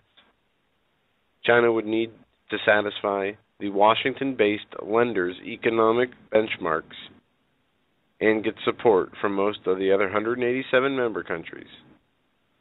So, in order for China to overcome the U.S. Dollar dominance and gain its currency on a world reserve status level, it has to satisfy the Washington-based lenders' economic benchmarks. Does that make sense? It depends on. Excuse me. It depends on what paradigm you're living in, or you think you're living in, because perception to many is reality, when in fact perception is skewed by the mainstream media, the Illuminati-controlled mass media. Goes on to say that it would certainly help China's objective of making the renminbi. I'm sorry. How do you pronounce that? Renminbi. A more widely used currency, said a professor. Which is trade. Same as yuan, by the way. So same as yuan. Okay. Renminbi. Just another name. So the yuan. So this is from a professor of trade policy at Cornell University in Ithaca, New York. And it goes on to say that the reserve currency status for the yuan would make central banks, particularly those in developing economies, more eager to hold yuan assets and diversify at the margin away from dollars, as well as euros, yen, and Swiss francs, he goes on to say. It goes on to say, a subsection of this article, conducive environment, there's a very high chance the yuan will be included in the SDRs. Nathan Chow, an economist at the DBS Group Holdings, Ltd., who previously worked at Hong Kong Monetary Authority, both political and economic circumstances are conducive to Hong Kong-based, Chow said. China's currency will probably be more widely used than the yen and the pound in financial markets and trades in the next few years, and the government should lobby other countries to have it included in the SDR basket, the Shanghai Development Research Foundation said in a report this year. The yuan share of money transferred around the globe rose to 1.72% in September, making it the seventh most used currency, according to the Society for Worldwide International Financial Telecommunications. But it goes on to talk about the currency controls. The IMF's requirements for freely usable currency basically means there aren't any controls on getting into and out of a currency, and China is a good way from that point at the moment. This, according to a senior fellow at the Peterson Institute of International Economics in Washington.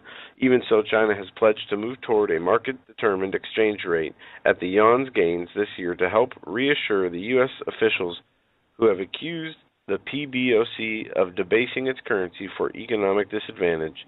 Goes on to say it's very difficult to imagine they won't include the yuan in the basket. China has to be modified, but it will be included. And this is what they are talking about. Was the in late 2015, the IMF conducts a twice-in-a-decade review of the SDRs and will recognize China as a world reserve currency next to the dollar and the euro. I'm a little bit less optimistic than that states. I can see that the U.S. dollars is not going to have anything at all, any part in this at all. Only because what we heard from Kyle Bass, the interview he conducted in 2011, I reported on this in February of 2013 about about the taking down. We're just going to kill the U.S. dollar, kill the dollar. That's really my thought process. And if we look if we look at what's coming up as well, if we look at the geopolitics of different areas, we're looking at a number of different things. We're looking at racial, economic. We're looking at really a civil war in this country coming up, baited by the renegade in chief. We're looking at either it's going to have its roots in racial warfare or blowback against the Islamic component, or a combination of multiple of things, the haves versus the have-nots, or when people finally wake up to what's going on and they find their 401ks or pensions or savings or checkings drained of money. So the perfect storm is being set up domestically here in the U.S., and then over in the Middle East, of course, the potential flashpoint violence from Syria, which will spill over, as I had mentioned before, and we had mentioned on this program before, when we talk about Syria, which was what really Benghazi was all about, and the taking out against, or the move against Syria is a move against Russia by proxy.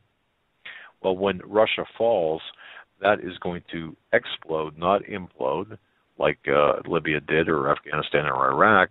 And what's going to happen is the shrapnel from that is going to hit Lebanon, Jordan, Turkey, and far beyond.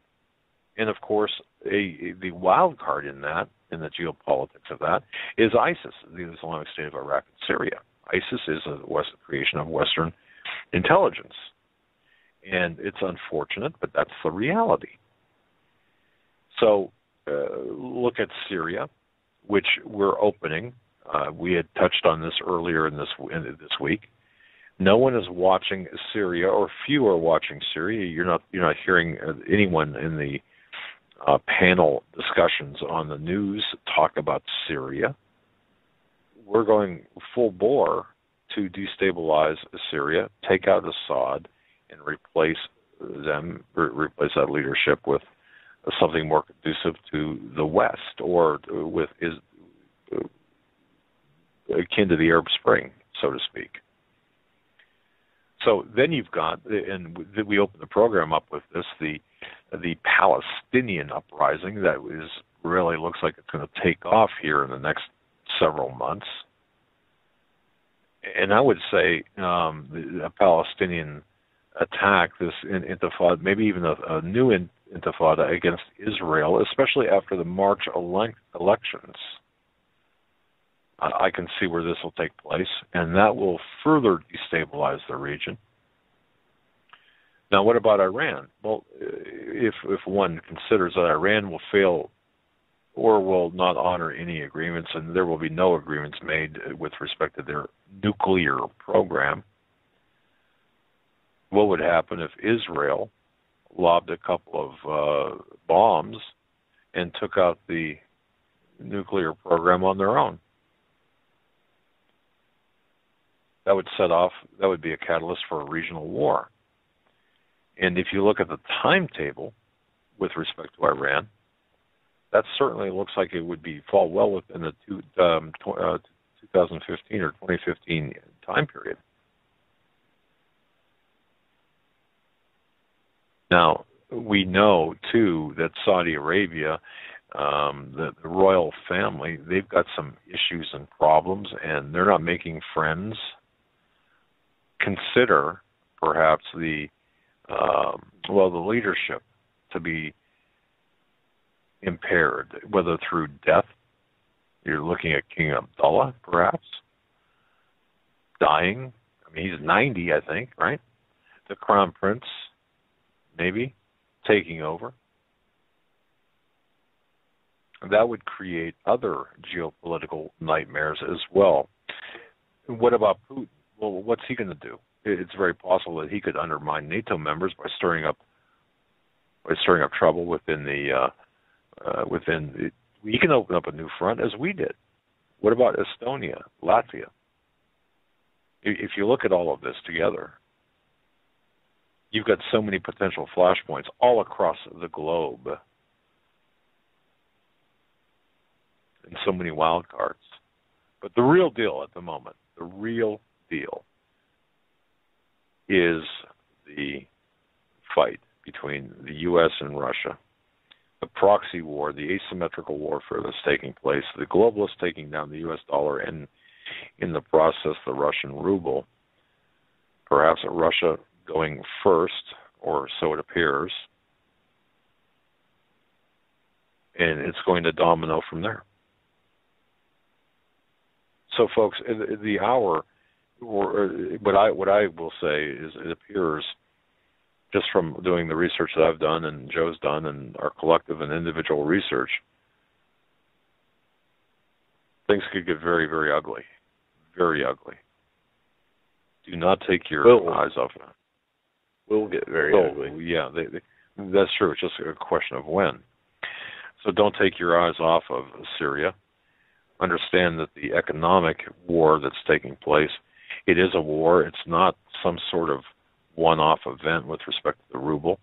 Understand how the United States system is set up and the fraud that has taken place since, well, over the last couple of years, or really over the last 100, but if you want to get very specific to the times in which we're dealing with, since 2008, and it's been exponentially exacerbated through the DTCC and their wiping out of $37 trillion of securities.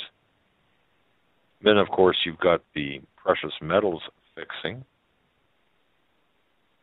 Yeah, and something we haven't discussed, there was a $1 trillion spending bill that the House and Senate came to an agreement on this last Saturday night that will fund the government through September of 2015. Oh, goodness, I had a pop-up video ad there. And at what the cost? $1.2 trillion. In this bill, it includes for a $1,000 monthly subsidy for Congress to pay for their cars. That's one little nugget of fun in there.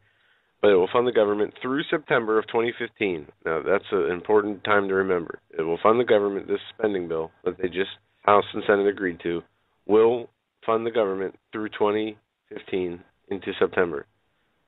While there was vocal opposition on both sides, there was enough support to send the bill to the president's desk. What is inside the bill has been debated. As more information leaks out, the criticism is expected to continue. Over the last week, Tea Party Republicans and Liberal Democrats voiced their grievances over what has been labeled a cromnibus spending bill. Right. That's what we called it yesterday, and that's what it's been called, the cromnibus. Yes. And they go on to say Republican Ted Cruz led the charge from the right, concerned that Obama's immigration plans were going to move through into next year. On the left, Elizabeth Warren pointed out multiple Wall Street giveaways and over $300 million that will be cut from the Pell Grant program as she voiced her displeasure on the Senate floor on December 12th. One issue that is flying under the radar, pointed out Friday by Democratic Congressman Jared Polios, pointing out that the government giving U.S. representatives $1,000 subsidies for cars for members of Congress. That's located on page 982 of the bills of the Rules Committee print text of the House Amendment Act. But it says none of the funds of this act may be used by the Chief Administrative Officer of the House Representatives to make any payment from any member representative allowance for the leasing of a vehicle, excluding mobile district officers, in an aggregate amount that exceeds $1,000 for the vehicle in any month. In addition to the vehicle subsidy, the campaign contributors are now allowed to donate 10 times as much as they were previously able to donate, with donations being capped at $324,000 a year. Taxpayers will once again be on the hook if the big banks can't back up their risky investments, which we know they can't, and we know we will be on the hook, as well as cuts to important federal agencies such as the EPA. The article ends there. But this $1 trillion spending bill, there's so much in here. I have not had a chance to go through this, but from what I hear, there's some shocking. How many pages? 16,000 pages. I mean, it's an incredible. It's an incredible size. I think it's 16,000 pages. It's incredible. It really is.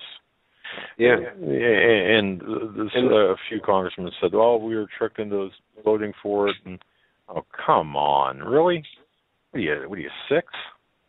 And I see we're only about 10 minutes away from the top of the hour already, but in another economic article... Before you jump there, I just want to say this. I'm going to be just going back to the long interview that's going to take place tomorrow, just very quickly, and then I'm going to turn back to you. The television over in Russia, the state television, Russia state television, they've been heavily advertising this interview. It's going to start at 4 o'clock in the morning Eastern time. I'll be awake to watch it, or I will make sure I'm there to begin watching it from start to finish. The promotion for this long interview, there's a narrator that comes on and says it's been a year of tough decisions.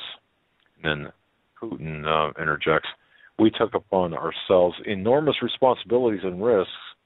And then the narrator says, "and long-awaited victories against a backdrop of Olympic winners."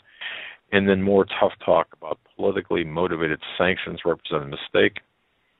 And they, meaning the West, meaning the United States, should not have broken a mechanism of checks and balances. And then there's this menacing note in closing by this in this advertisement for this long interview. Our American friends are cutting off the branch that they're sitting on. Now, when Steve Quayle talks about Russia, when others talk about Russia poking the bear, is this hyperbole? When the warnings, when he made warnings, Steve and others have warned about what's really taking place. Is this just talk? No. It's here right now. Look right before you. Just because Brian Williams or Katie Couric or whoever I don't even know if she's around anymore, but whoever's on the evening news doesn't talk about it does not mean it doesn't exist. So I'll just toss it back to you, Joe. We have two articles here. First, the wealth gap in America has grown to an all-time high. The wealth gap between middle and upper middle income households has widened to the highest level on record, says a new report. Using the latest Federal Reserve data, the Pew Research Center said Wednesday the median wealth for high-income families was $639,000 a year, up 7% from 3 years earlier. We're only 600,000 plus short of that, right? You and me. For middle income families, median wealth, that is assets minus debts, stood at $96,500, unchanged from 2010. The result is the typical wealth of the nation's upper income households last year was nearly 7 times that of middle class ones. By Pew's calculations, that's the biggest gap in 30 years that the Fed has been collecting statistics from the Survey of Consumer Finances. The largest data reinforces the larger story of America's middle-class household wealth stagnation over the past 3 decades. The Great Recession destroyed a significant amount of middle-income and lower-income families' wealth, and the economic recovery has yet to be felt for them. Remember the recovery that everybody talked about and flaunted about during this re-election campaign of the current commander or renegade-in-chief? Remember Rachel Maddow's vehement rhetoric of reducing the national debt in half, and that Obama cut the debt in half, and all this outlandish, ridiculous claims that he has made some kind of turnaround in jobs and in income that has made a huge impact a positive impact on families of the middle and lower class in this country. Well, every piece of data and every report that we read says the opposite. People who are not or were not rich are getting poorer. People who were on the edge of being, middle class to lower class. When I say lower class, I don't mean any, I'm talking about in terms of their financial classifications. Basically, if you've been in the middle class, you've been losing value, you've been losing hours, you've been losing the purchasing power. And that's what it comes down to. Your purchasing power has been dwindled away over a 30-year period. And as we talked about earlier, the value of the Federal Reserve $1 bill 100 years ago was $1. Today it's less than 4 cents. Not much longer till it's zero. And here, before the break, Obamacare fines loom for the uninsured. Don't want people to forget about this. People without insurance are running out of time to avoid the hefty Obamacare penalties that the IRS will be handing down in 2016. Now, since the passage of the Obamacare Act, they have actually put in the law to triple the fines for the first year of people who are uninsured. Consumers face a February 15th, 2015 deadline to buy insurance, after which those without coverage will be hit with fines of $325 per adult, or 2% of the family's income, whichever is higher. I know. Uninsured people. I read that about 5 o'clock this morning. I'm like, oh, yeah, this is going to get people talking. Go ahead. Uninsured people looking to escape the penalties are turning to the exchanges before they close, while the insurance companies and tax preparers are seizing on the looming tax hit as a business opportunity. One recent mass mailer from CareFirst Blue Cross Blue Shield obtained by The Hill warned political customers that the Washington, D.C. region that going without health insurance coverage would come at a steep cost. When you don't have health insurance, you put your financial security at risk, the mailer states. That's because under the new Affordable Care Act legislations, millions of Americans will have to go pay an increased penalty tax of at least 2% of their income in 2015 if they go uninsured. The good news? The letter said that CareFirst Blue Cross Blue Shield solution to help the people avoid the penalty, including coverage that is compatible with the financial assistance or free money from the government, that will help qualifying individuals pay for insurance. Basically, they say if you want to avoid the penalty, you must comply. Precisely. And while you're at the dinner table, it is talking to your Uncle Ned and your crazy sister-in-law and your crazy aunt that lives in your attic or whatever. I can tell you how to talk to them about the 10,535-page Affordable Care Act in 4 brief, concise sentences. You ready? Go ahead and you can write these down. Just put them on an index card. And so when you're at the table, you can pull out the index card from your pocket, and you can say, "Hey, I'll tell you exactly what's in the 10,535 pages.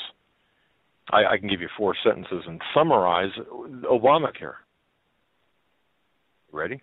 And I don't know who to attribute this to, but whoever sent me this is brilliant. Number 1, in order to insure the uninsured, we first have to uninsure the insured. Okay, that's part 1. Did you get that? In order to insure the uninsured, we first must have to uninsure the insured. Number 2. Next, we require the newly uninsured to be reinsured. Goes to what you said, Joe. Now, to number 3, to reinsure the newly uninsured, they are required to pay extra charges to be reinsured. And lastly, number 4,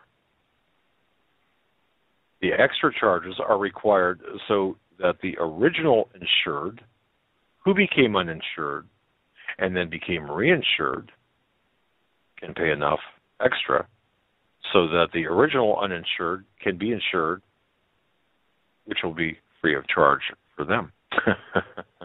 4 sentences. Tell me where I'm wrong. Oh, I don't know that you are wrong, but I know this. I'm about spent talking about the economy and going over this information. Not that it's not important, but it is tedious and 1/6 of the nation's economy has been torn to shreds by the Congress, by the chief judge, or by Roberts of the Supreme Court, by the renegade in chief and by smug little twits like Gruber, John Gruber, and every one of his little pals and minions running around collecting millions of dollars from different states and refusing to answer questions under oath because he's too good. And that's the problem, and no one is taking pitchforks and, flaming torches and standing outside of the White House and the Congress and Supreme Court, or better yet, their houses. No, not until. What's going to make them get off the couch? Not until they look and eggs, a carton of eggs, or if you can buy them, are $90, $100. A gallon of milk is $50, or 100, 110. I don't know. But see, or their cards get cut off, or the banks are closed and their money's worthless. Then maybe they might get off the couch. But until then, I'm afraid not. But those people, no. Look, folks, you folks listening to this program, knowing that we are at the cusp of change, in order, or once that you understand, or to understand something is to be liberated from that. So consider yourself very, very far advanced in this particular time period in which we live, and look for, if not in the short term, but look for 2015 to really be a very tumultuous year. Beans, bullets, bullion, water, prayer. Make sure you have your financial house in order, your spiritual house in order. Make sure you have your family in order, and pray. Folks, you're listening to a very special, what day is today? Wednesday, right? Wednesday edition of the Hagman Report. Monday. Tuesday. Oh, we're on a Wednesday. Sunday. No, sorry. Folks, you're listening. Man. You know what? No, you know what? We're gonna shut down. Ladies and gentlemen, to the third and final hour of this Wednesday edition of the Hagman and Hagman Report. We're going to be taking your phone calls this hour at 661-244-9839. That's 661-244-9839. Call in now. Press 1 to let us know you're on hold and you want to chime in. And we will start taking calls here in a few short minutes. I know, Ed, you had something you wanted to hit on? Yeah, if I can reiterate this, I'm still getting emails, many emails, and it's so frustrating to us, folks. And I'm not asking you to do our job for us, but the information that we got from BTR, Blog Talk Radio, is just simply this. If you would send an email to Blog Talk Radio saying, we can't listen to Hagman and Hagman Live. I mean, be very, very nice, because they are nice people, but we have to get the message across that this new system, this new way, this new and improved system, it just is not working. So if you could tell them, and the more emails that they do receive, let's say you have, I'm not asking you to make anything up, but if you are listening live and you know someone else can't, you feel free to speak on their behalf, saying, "Hey, look, this is really causing us. We're not able to listen. We're using Firefox. We're using, we've got Flash Up to Date and all this, but we can't listen live." I cannot tell you how many emails I've got. Please, if you can just send an email to Blog Talk Radio. They're nice people. They're very nice. I ask you to be very respectful. I know you are, and hopefully we can get this problem cleared up. I mean, it's so frustrating to us. We're constantly doing battle to be heard. Wow. But anyway, I just want to chime in there and say that. Yeah. So go ahead. No, it is a fight. The amount of emails we receive on a daily basis pertaining to people not being able to listen live is frustrating for us to read these emails, because we don't want to hear people having problems listening to our show. We want everybody to be able to listen to our show. It's free. It's accessible via the internet and on more than one website, and you can call in by phone, and if you have free nationwide minutes or free long distance, you can listen via phone. You can listen many ways live, but we have the app. You just go to there should be, I don't know, Dad, if you put the new link up on the website. You say new link. There's a link. You know how you used to have the button for Google Play and then the Google for the iTunes? Well, there's one universal link that doesn't matter what type of phone you have. You can press this one link and it'll adjust to the specific type of phone you have.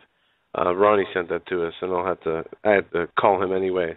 But yeah, the Hagman and Hagman app. And Blog Talk also talked about when we talked with them today, they're launching, not only coming back with a new listen, what was that option? Via default letter. They're coming back with their own app and new players. They didn't say when, but that's something on the horizon, yes. Before we get to calls, one thing headline I want to hit on, Cuba has been in the news today, and there has been a U.S.-Cuba agreement. The White House released a fact sheet charting a new course on Cuba. Today, the United States takes an historic step to chart a new course in our relations with Cuba and further engage and empower the Cuban people. We are separated by 90 miles of water, but brought together through the relationships between the 2 million Cubans and Americans of Cuban descent that live in the United States and the 11 million Cubans who share similar hopes for a more positive future of Cuba. They go on to state the U.S.'s isolation of Cuba has failed to accomplish our enduring objective of promoting the emergence of a democratic, prosperous, and stable Cuba. It goes on to state that some of the things they're going to do is restore an embassy in Havana. And there's a whole laundry list of things here that is part of this. But one thing that was interesting I found is that the Pope played a major role in this new or renewed partnership, or what would you call it? Policy. You don't want to know what I would call it, but go ahead. Yeah, and the Pope had a major role in this Cuba deal, as the headline on Newsmax says, and it goes on to just state just a few quick things here. Pope Francis was vital in bringing the U.S. and Cuba back to the negotiating table, helping Wednesday to lead a historic announcement that relations would be normalized, saying President Barack Obama in an address from the White House. Obama says the Pope sent a letter to him and to the Cuban President Raul Castro this summer that gave momentum to the normalizing relations, BuzzFeed citing statements by a senior White House official. At the same time Obama was delivering his address, Castro was delivering his own address in Cuba, also crediting the pontiff for his influence in brokering an agreement, CNN reported. So, what is the Pope's interest in reuniting relations between the United States and Cuba? That's my question. I don't know.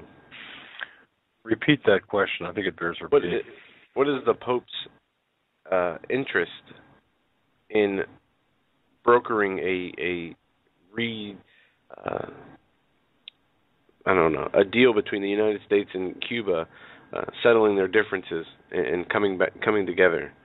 I understand, U.S. policy. The U.S. might want to, since the Cuban Missile Crisis and notice the timing too. We're seeing what things happening with the Russian economy.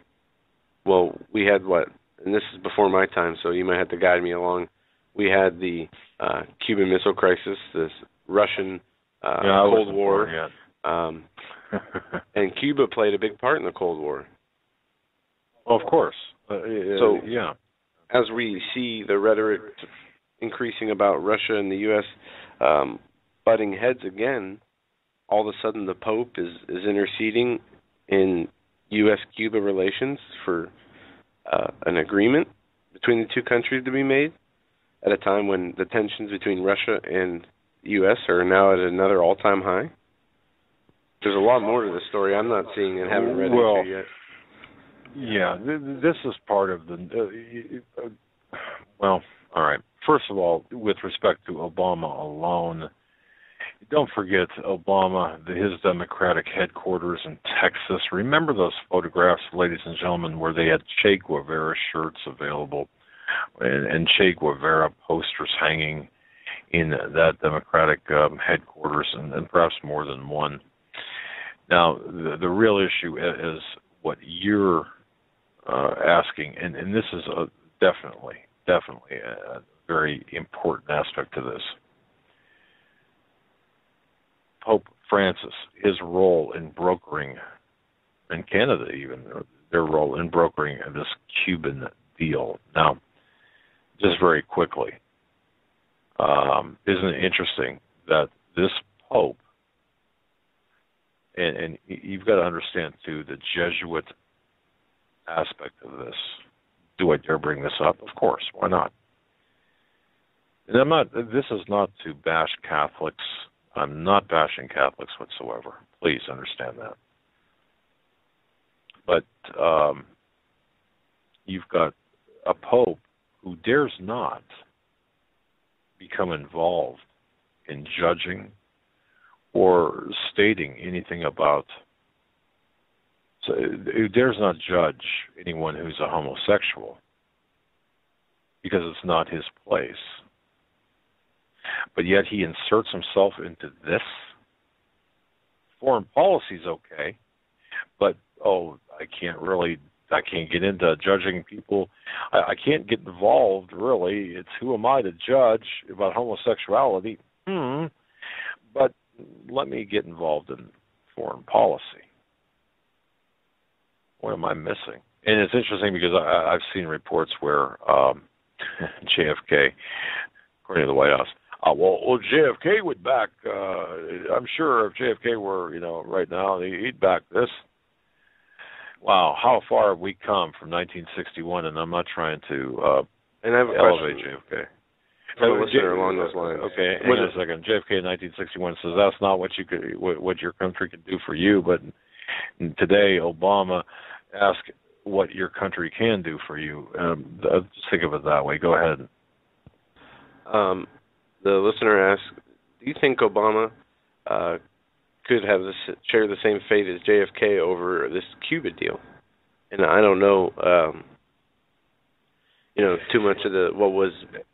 I know that what happened with JFK and Cuba was there was a big part of the mafia had casinos and there was a huge money laundering base of operations for the mafia.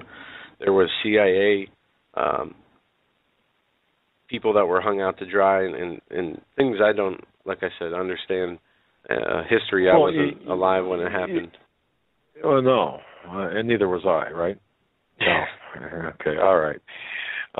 If that person is questioning, if that person is suggesting the fate of JFK in Dallas was a direct result of Cuba, or his handling of Cuba, or even more specifically the Bay of Pigs, I think that perhaps is a little bit short-sighted. I would widen my perspective on that and look at other reasons. If you believe in a conspiracy, as I do, I don't believe Oswald acted alone. I don't believe he acted. I believe, in fact, Oswald. That's a conversation for another day. But I think that I believe Judith Very Baker, by the way, who wrote a book about her love affair or her tryst with JFK in New Orleans, or with Lee Harvey Oswald in New Orleans. I do believe that to be factual. Judith Very Baker and her book. So, having said that, I believe that the conspiracy is much wider and not just limited to Cuba or Cuba. Oh, maybe we'll get the cigars legalized, right? There won't be a trade embargo on the cigars here. Yeah, that's what's important, right? All right, yeah, there you go.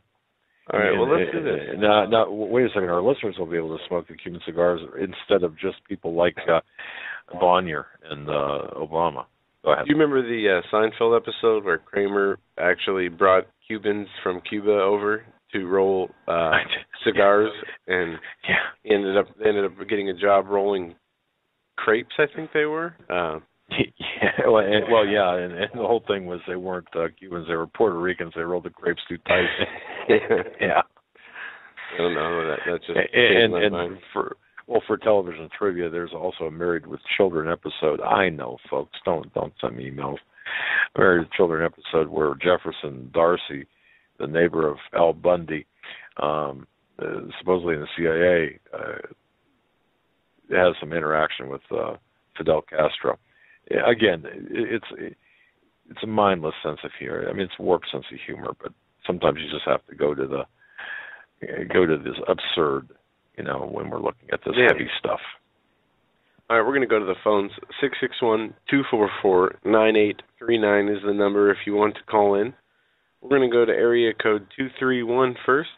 Thanks for holding. You're live on the Hagman and Hagman Report. What's on your mind on this Wednesday?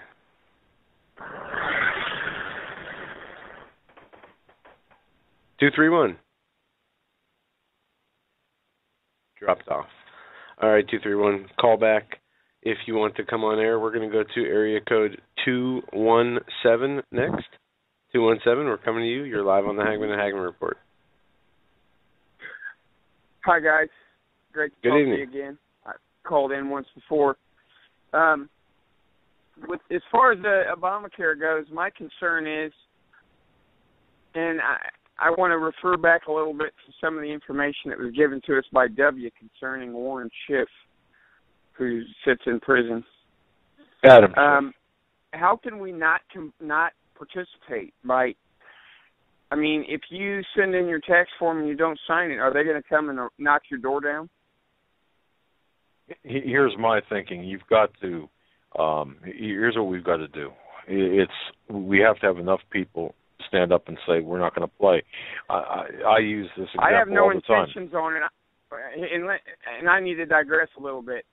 I have some issues currently with the IRS because I'm behind. I haven't filed for a couple of years. My income is low, and as long as Obamacare is in effect, I'm probably not going to take another job. The last time I had a job, they came after my paycheck, and they weren't very nice about it, and then they want to tack on interest. They don't pay me interest when they pay me money at the end of the year. I can't get a job because I'm not paying.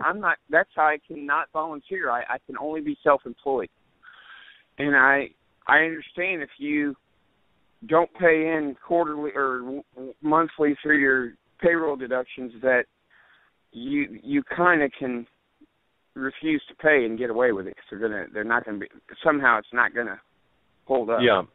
Well, okay. With respect to taxes, let me just say this because and W had talked about this. Adam Schiff is his name. He's a really America's political prisoner. He's sentenced to really a life sentence in prison for a trumped up charge, something he did not do. It would do everyone very justice to look into the case of Adam Schiff. But to speak directly Adam, to your I thought it was Warren. I'm no, sorry. No, it's Adam. And Adam. his son Peter Schiff. Yeah. His son Peter Schiff is a little bit not on the same page as his father, and I have had conversations. He probably wants to play ball to some extent so he can participate in the system, and he seems to be doing fairly well. That is one thing. That's why the elites like where they're at. They're playing the system, but they're sitting at the top, and we're just all we are is lubrication for the gears. And they really don't care about us. Their life's great. They have no consideration. That's why they don't care about killing half of us. Well, but I want to beat exactly that system without going to jail or getting shot to death. That's all because. Well, and that's where we're all at. And for this to be effective, caller, all of us are going to have to stop. The only way to win at this game, there's only one way we can win, is to not play. Because we're playing on a rigged board. I'm not asking you to give out advice that's illegal, but there's so many things you can do to not participate. You can target certain companies or banks or whatever and not utilize their services. But if somehow they have it set up where we actually have to file taxes. However, we don't have to sign our tax return.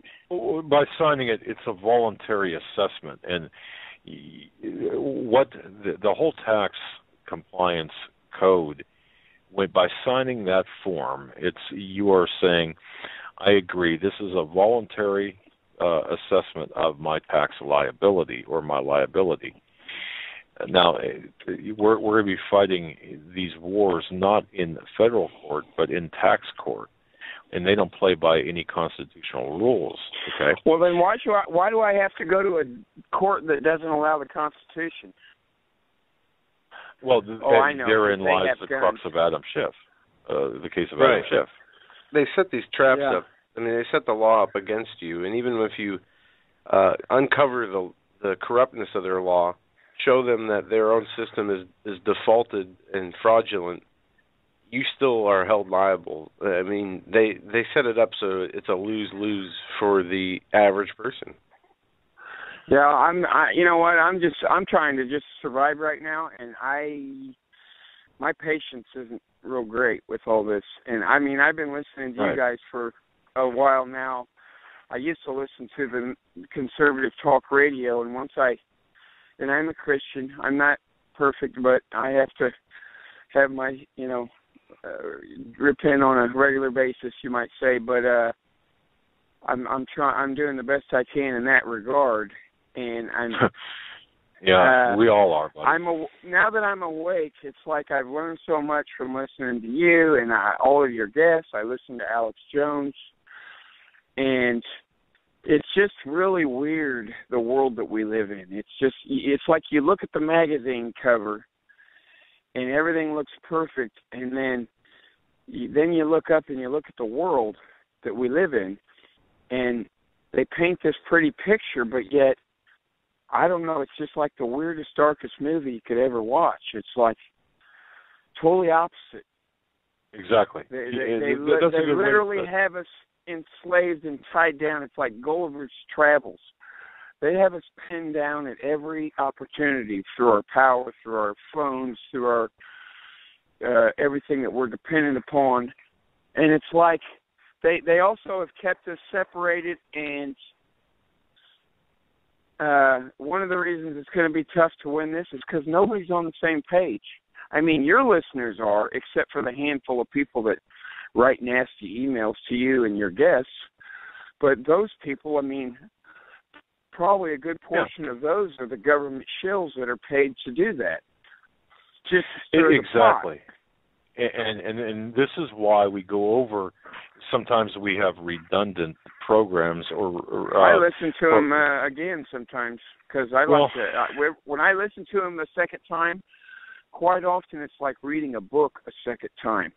You just glean so much more. I mean, you guys, I realize that there's a lot of problems and the show doesn't go right sometimes, and maybe you even get a guest on that doesn't quite jive with what a lot of the other guests do, and that's cool, but there's still something to be gleaned from every show, and it's just amazing.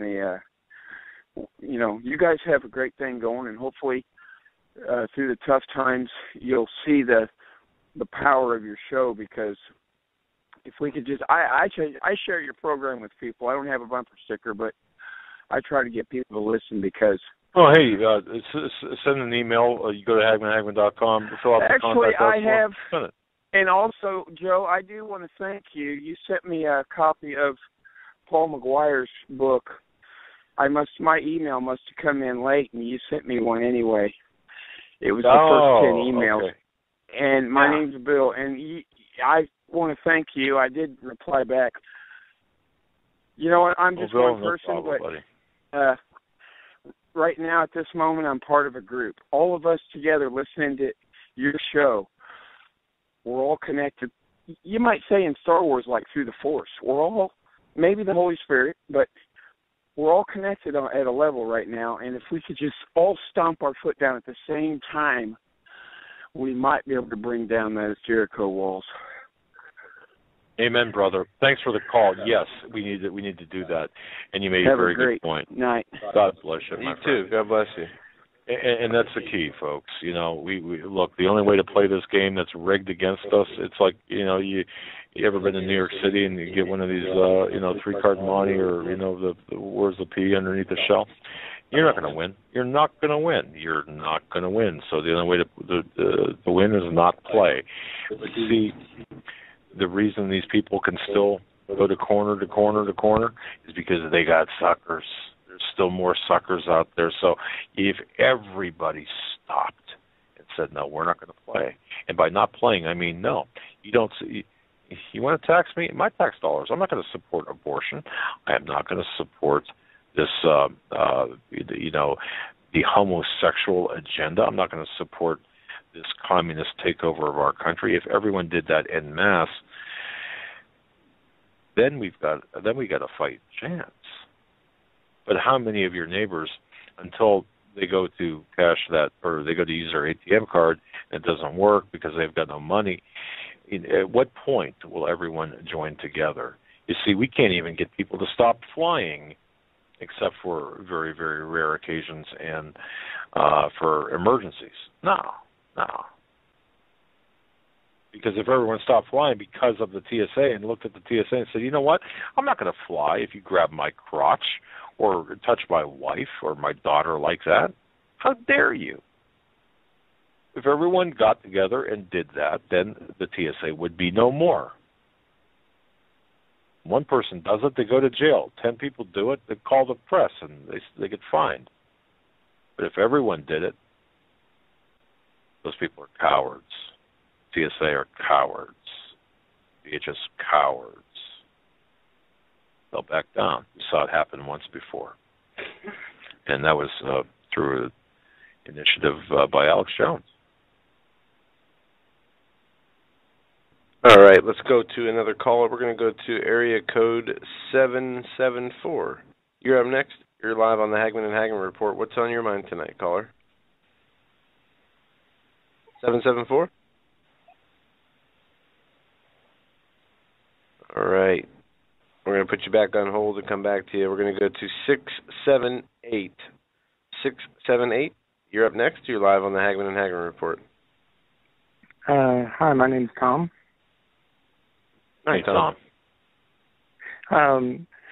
Doug, I actually just wanted to start off and tell you thank you for what you're doing. I've followed you for quite a while on the first DHS reports that you did on Canada Free Press, and wanted to let you know that there's a lot of people that understand what you're telling other people about, and I just wanted to tell you thank you. Wow, well, thank you. And you said you've been following me for quite a while. I've been wondering who that was behind me. Keep looking in my rearview mirror. It's you, huh? No. Seriously. No, thank you very much. And I think the DHS, the insider reports, I believe what I was told. I believe that the person who told me what was said saw and believed. I mean, there was. I think what we're seeing is that coming to pass right now. I, in retrospect, looking back, I can't find any faults of that. So, yeah, thank you. I agree, and I think your show has enormous opportunity to help others understand what's really taking place, and I think we as listeners can benefit not only from learning and understanding what's taking place, but we need to remember what our history really was, so that we can continue to fight. I don't think this is just something that's just going to be instantaneous or overnight. This is something that needs to be passed on, and I think people can learn that from your show. Well, thank you, and thank you for, I assume, and based on what you said, passing the word along. And what we try to do, we're just normal guys trying to understand what the world's going on here and trying to lay it all out based on, our investigative research and what people tell us and the contacts we develop. We're just trying to just make sense of it as you are and as everyone is, and we need to educate people. boy, that's the only way we're going to get ahead of this is by the numbers, Yep. and with God. Yep. So, absolutely. God bless you, my friend. Thank you, buddy. Appreciate that. Thank you. All right. Well, y'all have a great evening. Yeah, you God too, bless. man. Bye-bye. Thanks. I'll tell you, Joe, we've got some great listeners and great callers, and go ahead. All right, we'll move along to the next caller. We're going to go to area code 573. 573, we're coming to you now. You're live on the Hagman and Hagman Report. Hi. Thanks, Doug and Joe, for this show. It's wonderful. I listen to it as much as I can. The first thing I wanted to say about the IRS is that you're absolutely right that it is voluntary.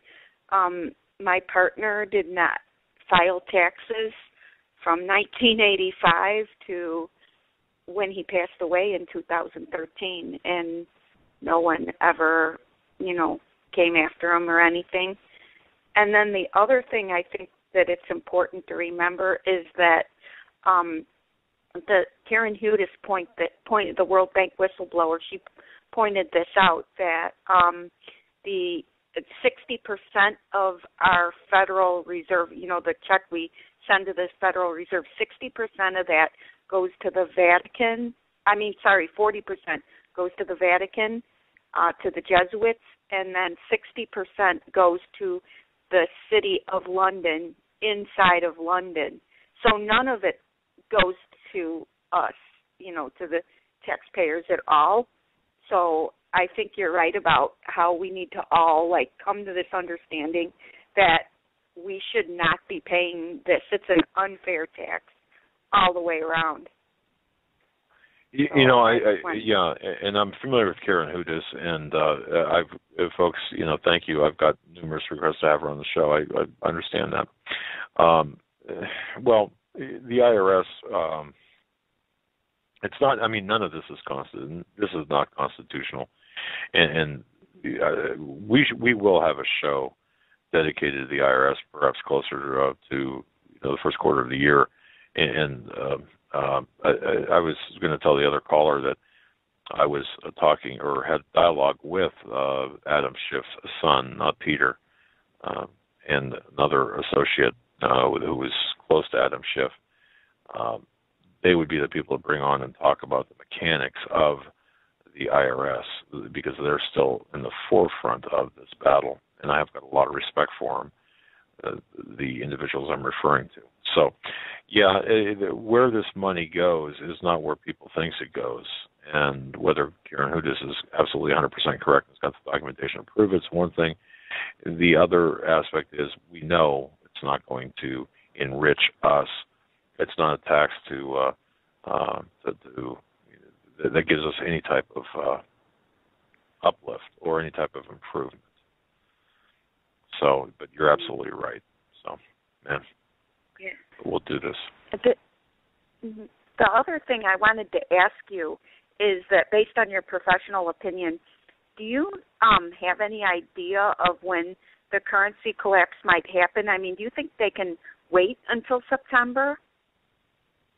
I think you're watching it happen. I'm not looking for this big bang or this big boom at the end of this.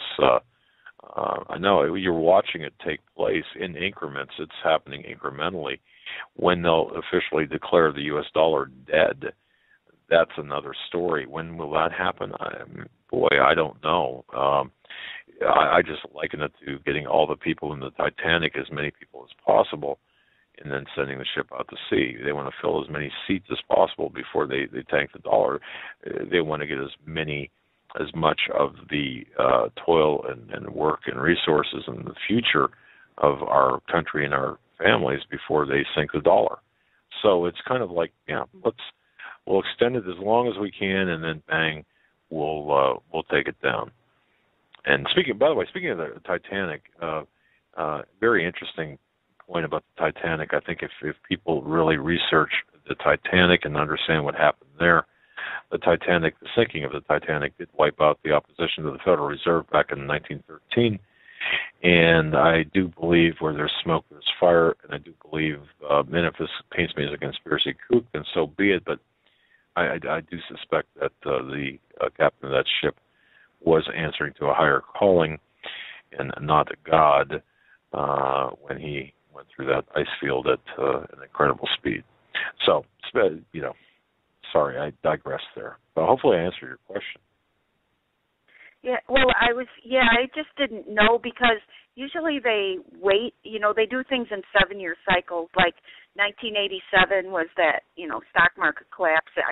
I researched all this, and then 1994 was the bond crisis. It's always in September, October, and it's always 7-year cycles. And, then this year's supposed to be a Jubilee year, and something like about Shemitas and stuff, but I didn't know if they could wait that long because of what they're doing now. Well, I think it's very, very plausible, and I think that Jonathan Cahn and others talking about the Shemitah and the blood moons and all of this, if I don't have a problem with maybe looking toward the fall of 2015 as being a pivotal point, a hinge moment in history where things do collapse or are collapsed deliberately. So what you're getting at, I can see that. I can see where the fall of 2015 would be the crisis moment, or at least when that change does happen.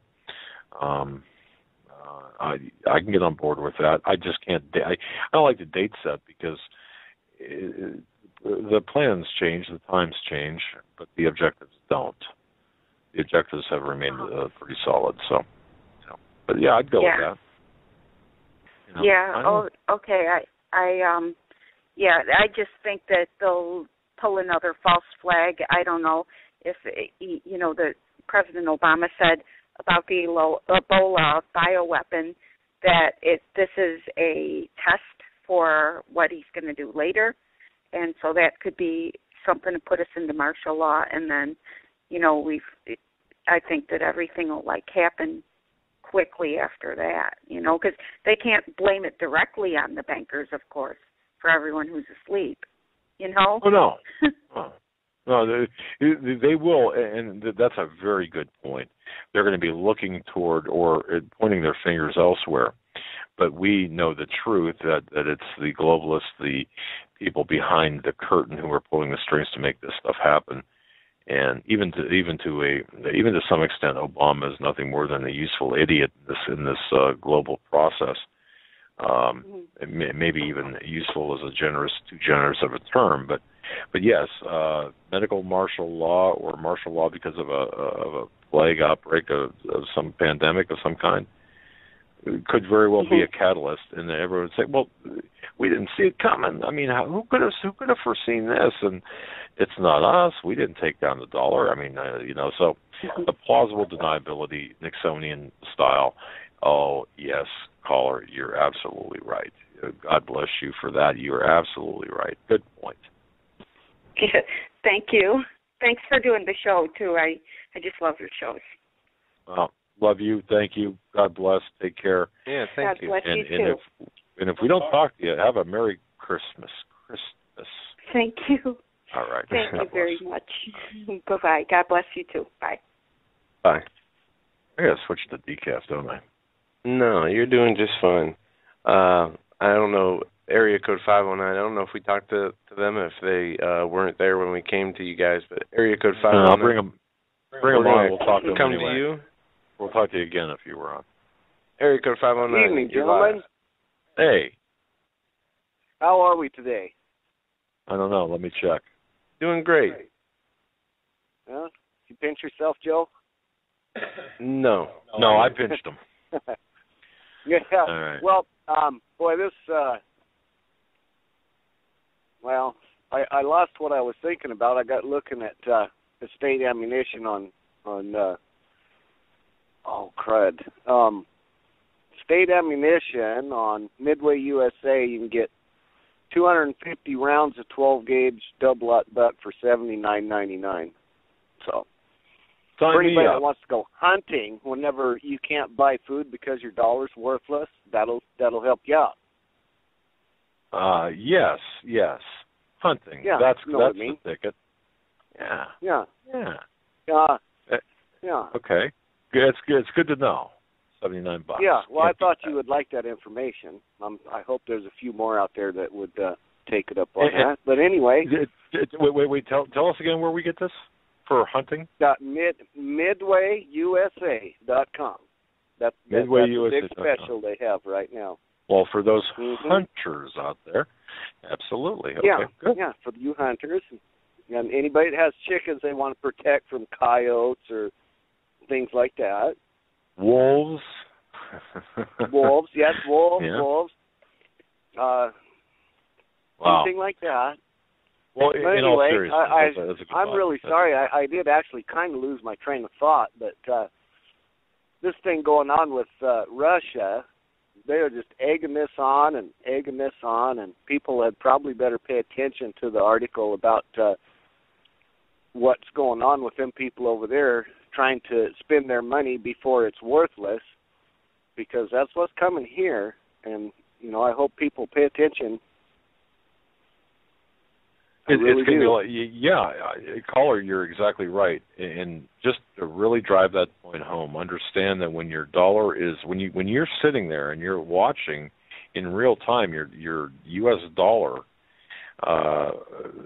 well, I guess people would see it as prices going up, I suppose. Hyperinflation, which same thing, just different perspective, depending on which side of the glass you're standing on. But yes, what we're seeing in Russia take place right now as a deliberate act of the United States, or the globalists, I should say, it's coming to this country. So that's why buy what you need rather than throw it, at microwaves and VCRs or whatever, or DVD players. I guess, I don't know, do people still buy VCRs? I don't know. But, yeah. Well, you got to protect your chickens.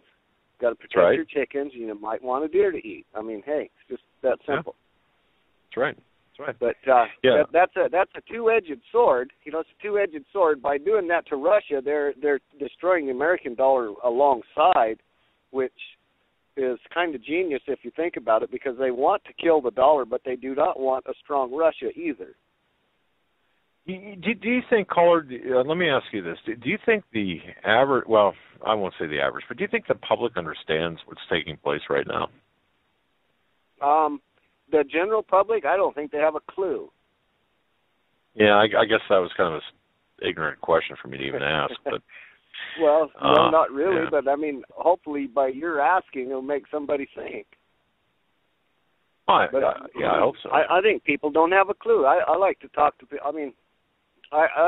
It's a two-edged deal with me too, with people. I love people, but I hate people. I love them to death, but man, do I hate trying to wake some of these people up. They just, if you look into their eyes, you can see right back to the back of their skull, because there's nothing in between the lens in their eyes and the back of their skull. There's nothing there. You sound just like my dad. And it's it's really sad. It's sad. Do you have a dog?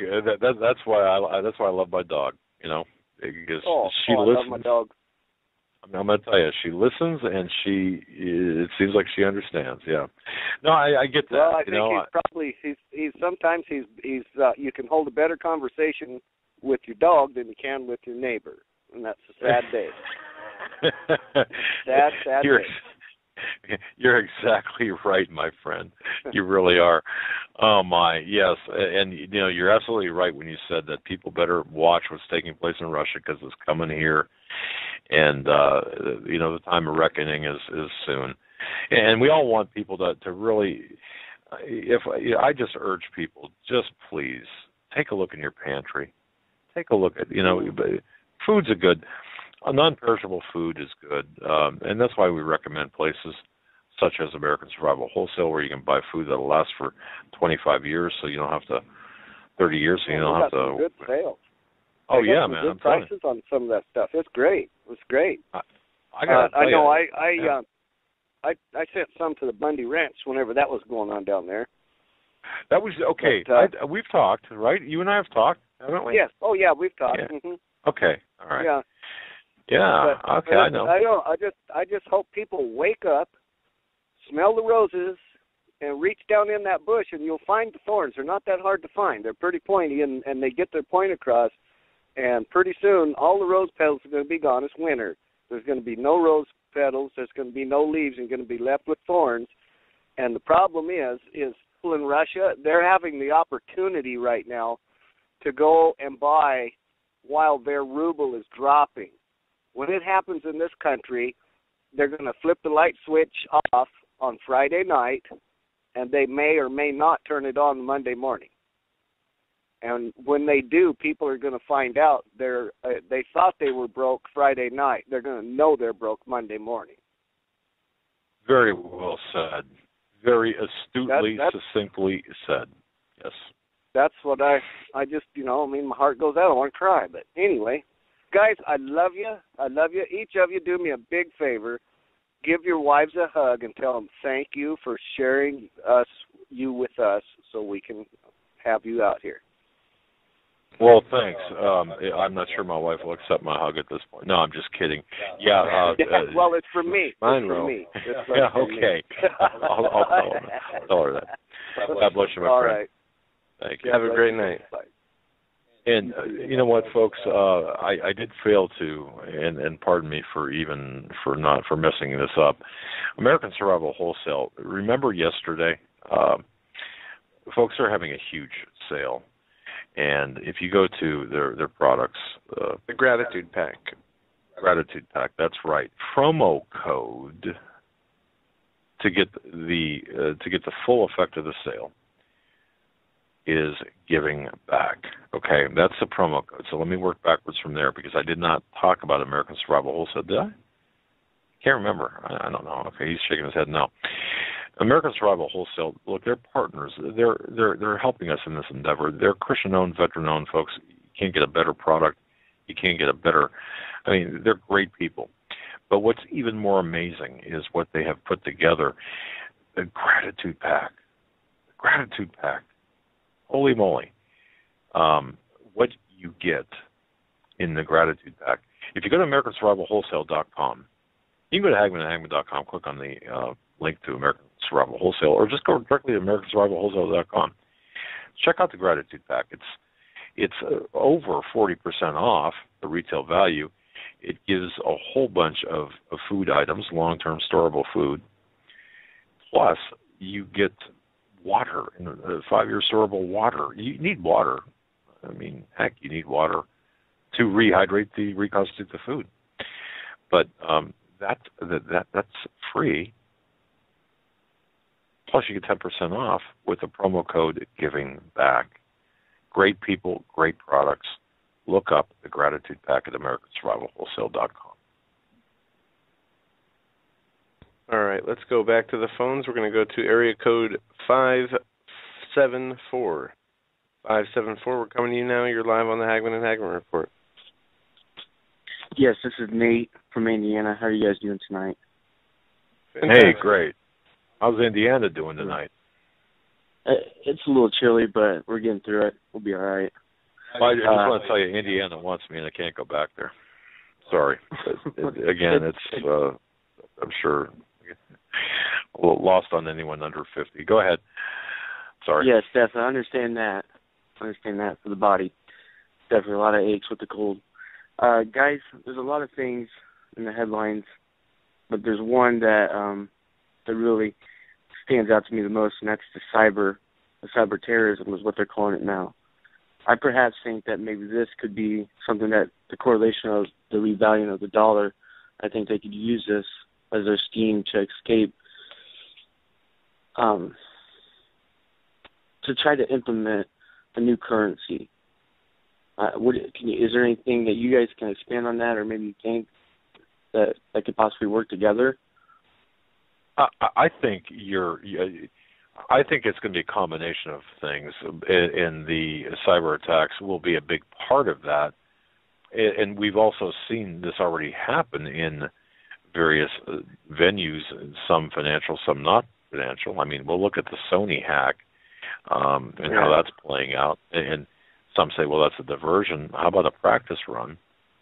Having said that, sure, a cyber attack. I'm more inclined to suspect a cyber attack against our critical infrastructure, which will include the banks. Yeah, I can see that taking place, and you're right. We did not really touch on that, but a lot of people are saying that to look at a cyber attack, and also the recreation of the Stuxnet virus, like a virus like the Stuxnet virus. But go ahead, sir. Yeah, it's like it's flying under the radar a little bit, sort of like whoever did the Sony attack, which FBI said it's either been. They actually really haven't came out with who they think. I thought I heard something about Russia, perhaps maybe North Korea. It's a bunch of speculation. But the thing is with me is, it seems as if our economy is going toward a digital currency. And so somehow this is their way of controlling everything, is through the digitals, like our phones. Yeah. And it seems like it's fallen into the hands of the Antichrist. And that's why I think cyber attacks will lead us, I think, to the major collapse. I really believe that's what, and it makes sense that Russia would use that as their arsenal to attack us, because, I mean, they can't just they could, but I really doubt that they would just want to nuke, I mean, that could be the ultimate end game when it's all said and done. But think about this. That would be the approach. 100 years ago, there was no way that the global elites could come and take every penny that every person had saved up and had access to away from them. We'll turn to today, and everybody's records are kept digitally. You might deposit your money, actual physical money, into a bank, but it's still managed and maintained through a computerized system. With the guise of blaming hackers, one push of a button can erase all digital currency data.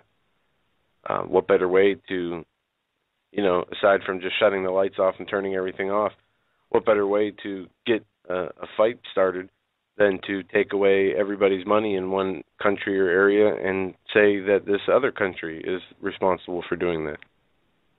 Yeah, definitely. Yeah. But you're right. I think that this is ushering in the ultimate end game objective here is going to be the mark, because once I can't stuttering here. No, but once you don't have to be good to do any of this. It helps. Once something happens like that, to get the mark back in, or to usher in the mark, you'd have to say, well, we have to have a fail-safe so it doesn't happen again. And that, of course, could very well be the mark of the beast, or the precursor for the mark of the beast, so it won't happen again. And everyone carries around their checkbook in their right hand or forehead, or everyone carries around their net worth and everything else in their forehead or right hand. And that's about right. And think of the fraud, the identity fraud. This will also match up the person with the assets. And so you're 100% right. Great. Hey guys, I appreciate it. I listen to you guys every night. You guys have some great information I gather from you guys, and pray for you guys and pray that we lift up the Lord every night, Jesus Christ, and we glorify Him and let Him be the center of this, because it's ultimately, regardless of what happens, it's already been written. So I just thank God that He has ordained and anointed specific people for this time. And, God bless you. Thank you so much for your prayers and your kind words, and we really appreciate you in Indiana, and keep Indiana grounded for us. God bless, my friend. Definitely. Thanks for the call. Thank you. Bye. Yeah, and Joe, I look, time is short, and we have to understand how short time is. And I say that. But if it was true 2 years ago, it's certainly more true now, isn't it? So please get prepared, folks. We're not trying to scare you. We're trying to help you become prepared. By the way, tomorrow night, Ted Broer. Oh my goodness. We'll put him. We'll make sure he talks slower this time. I love the guy. I love him. He's a great guy. He's got so much knowledge and information. And I was just kidding about making him talk slower. He can do a 3-hour program or a 2-hour session in 10 minutes. I mean, the information that he imports for us, we're so lucky to have him and people like him. And I just want to say that. And, of course, Friday is Steve Quayle and Greg Evenson. Don't forget, Steve's a little bit under the weather. He's not feeling too well, so just keep him in your prayers. He's a brother in Christ, and we just want to see him recover fully. He's going to be on Friday with Greg Evenson, and that's going to be a great show as well. Joe, I just lost my script here. Well, we are at the end of the program. With that, we will sign off for the evening. I want to thank each and every one of you for joining us, tuning in, listening to us, spreading the word about the show, for your prayers, your emails, and everything that you do for us. Until tomorrow, when we're back with Ted Breuer, stay safe, God bless, have a great night.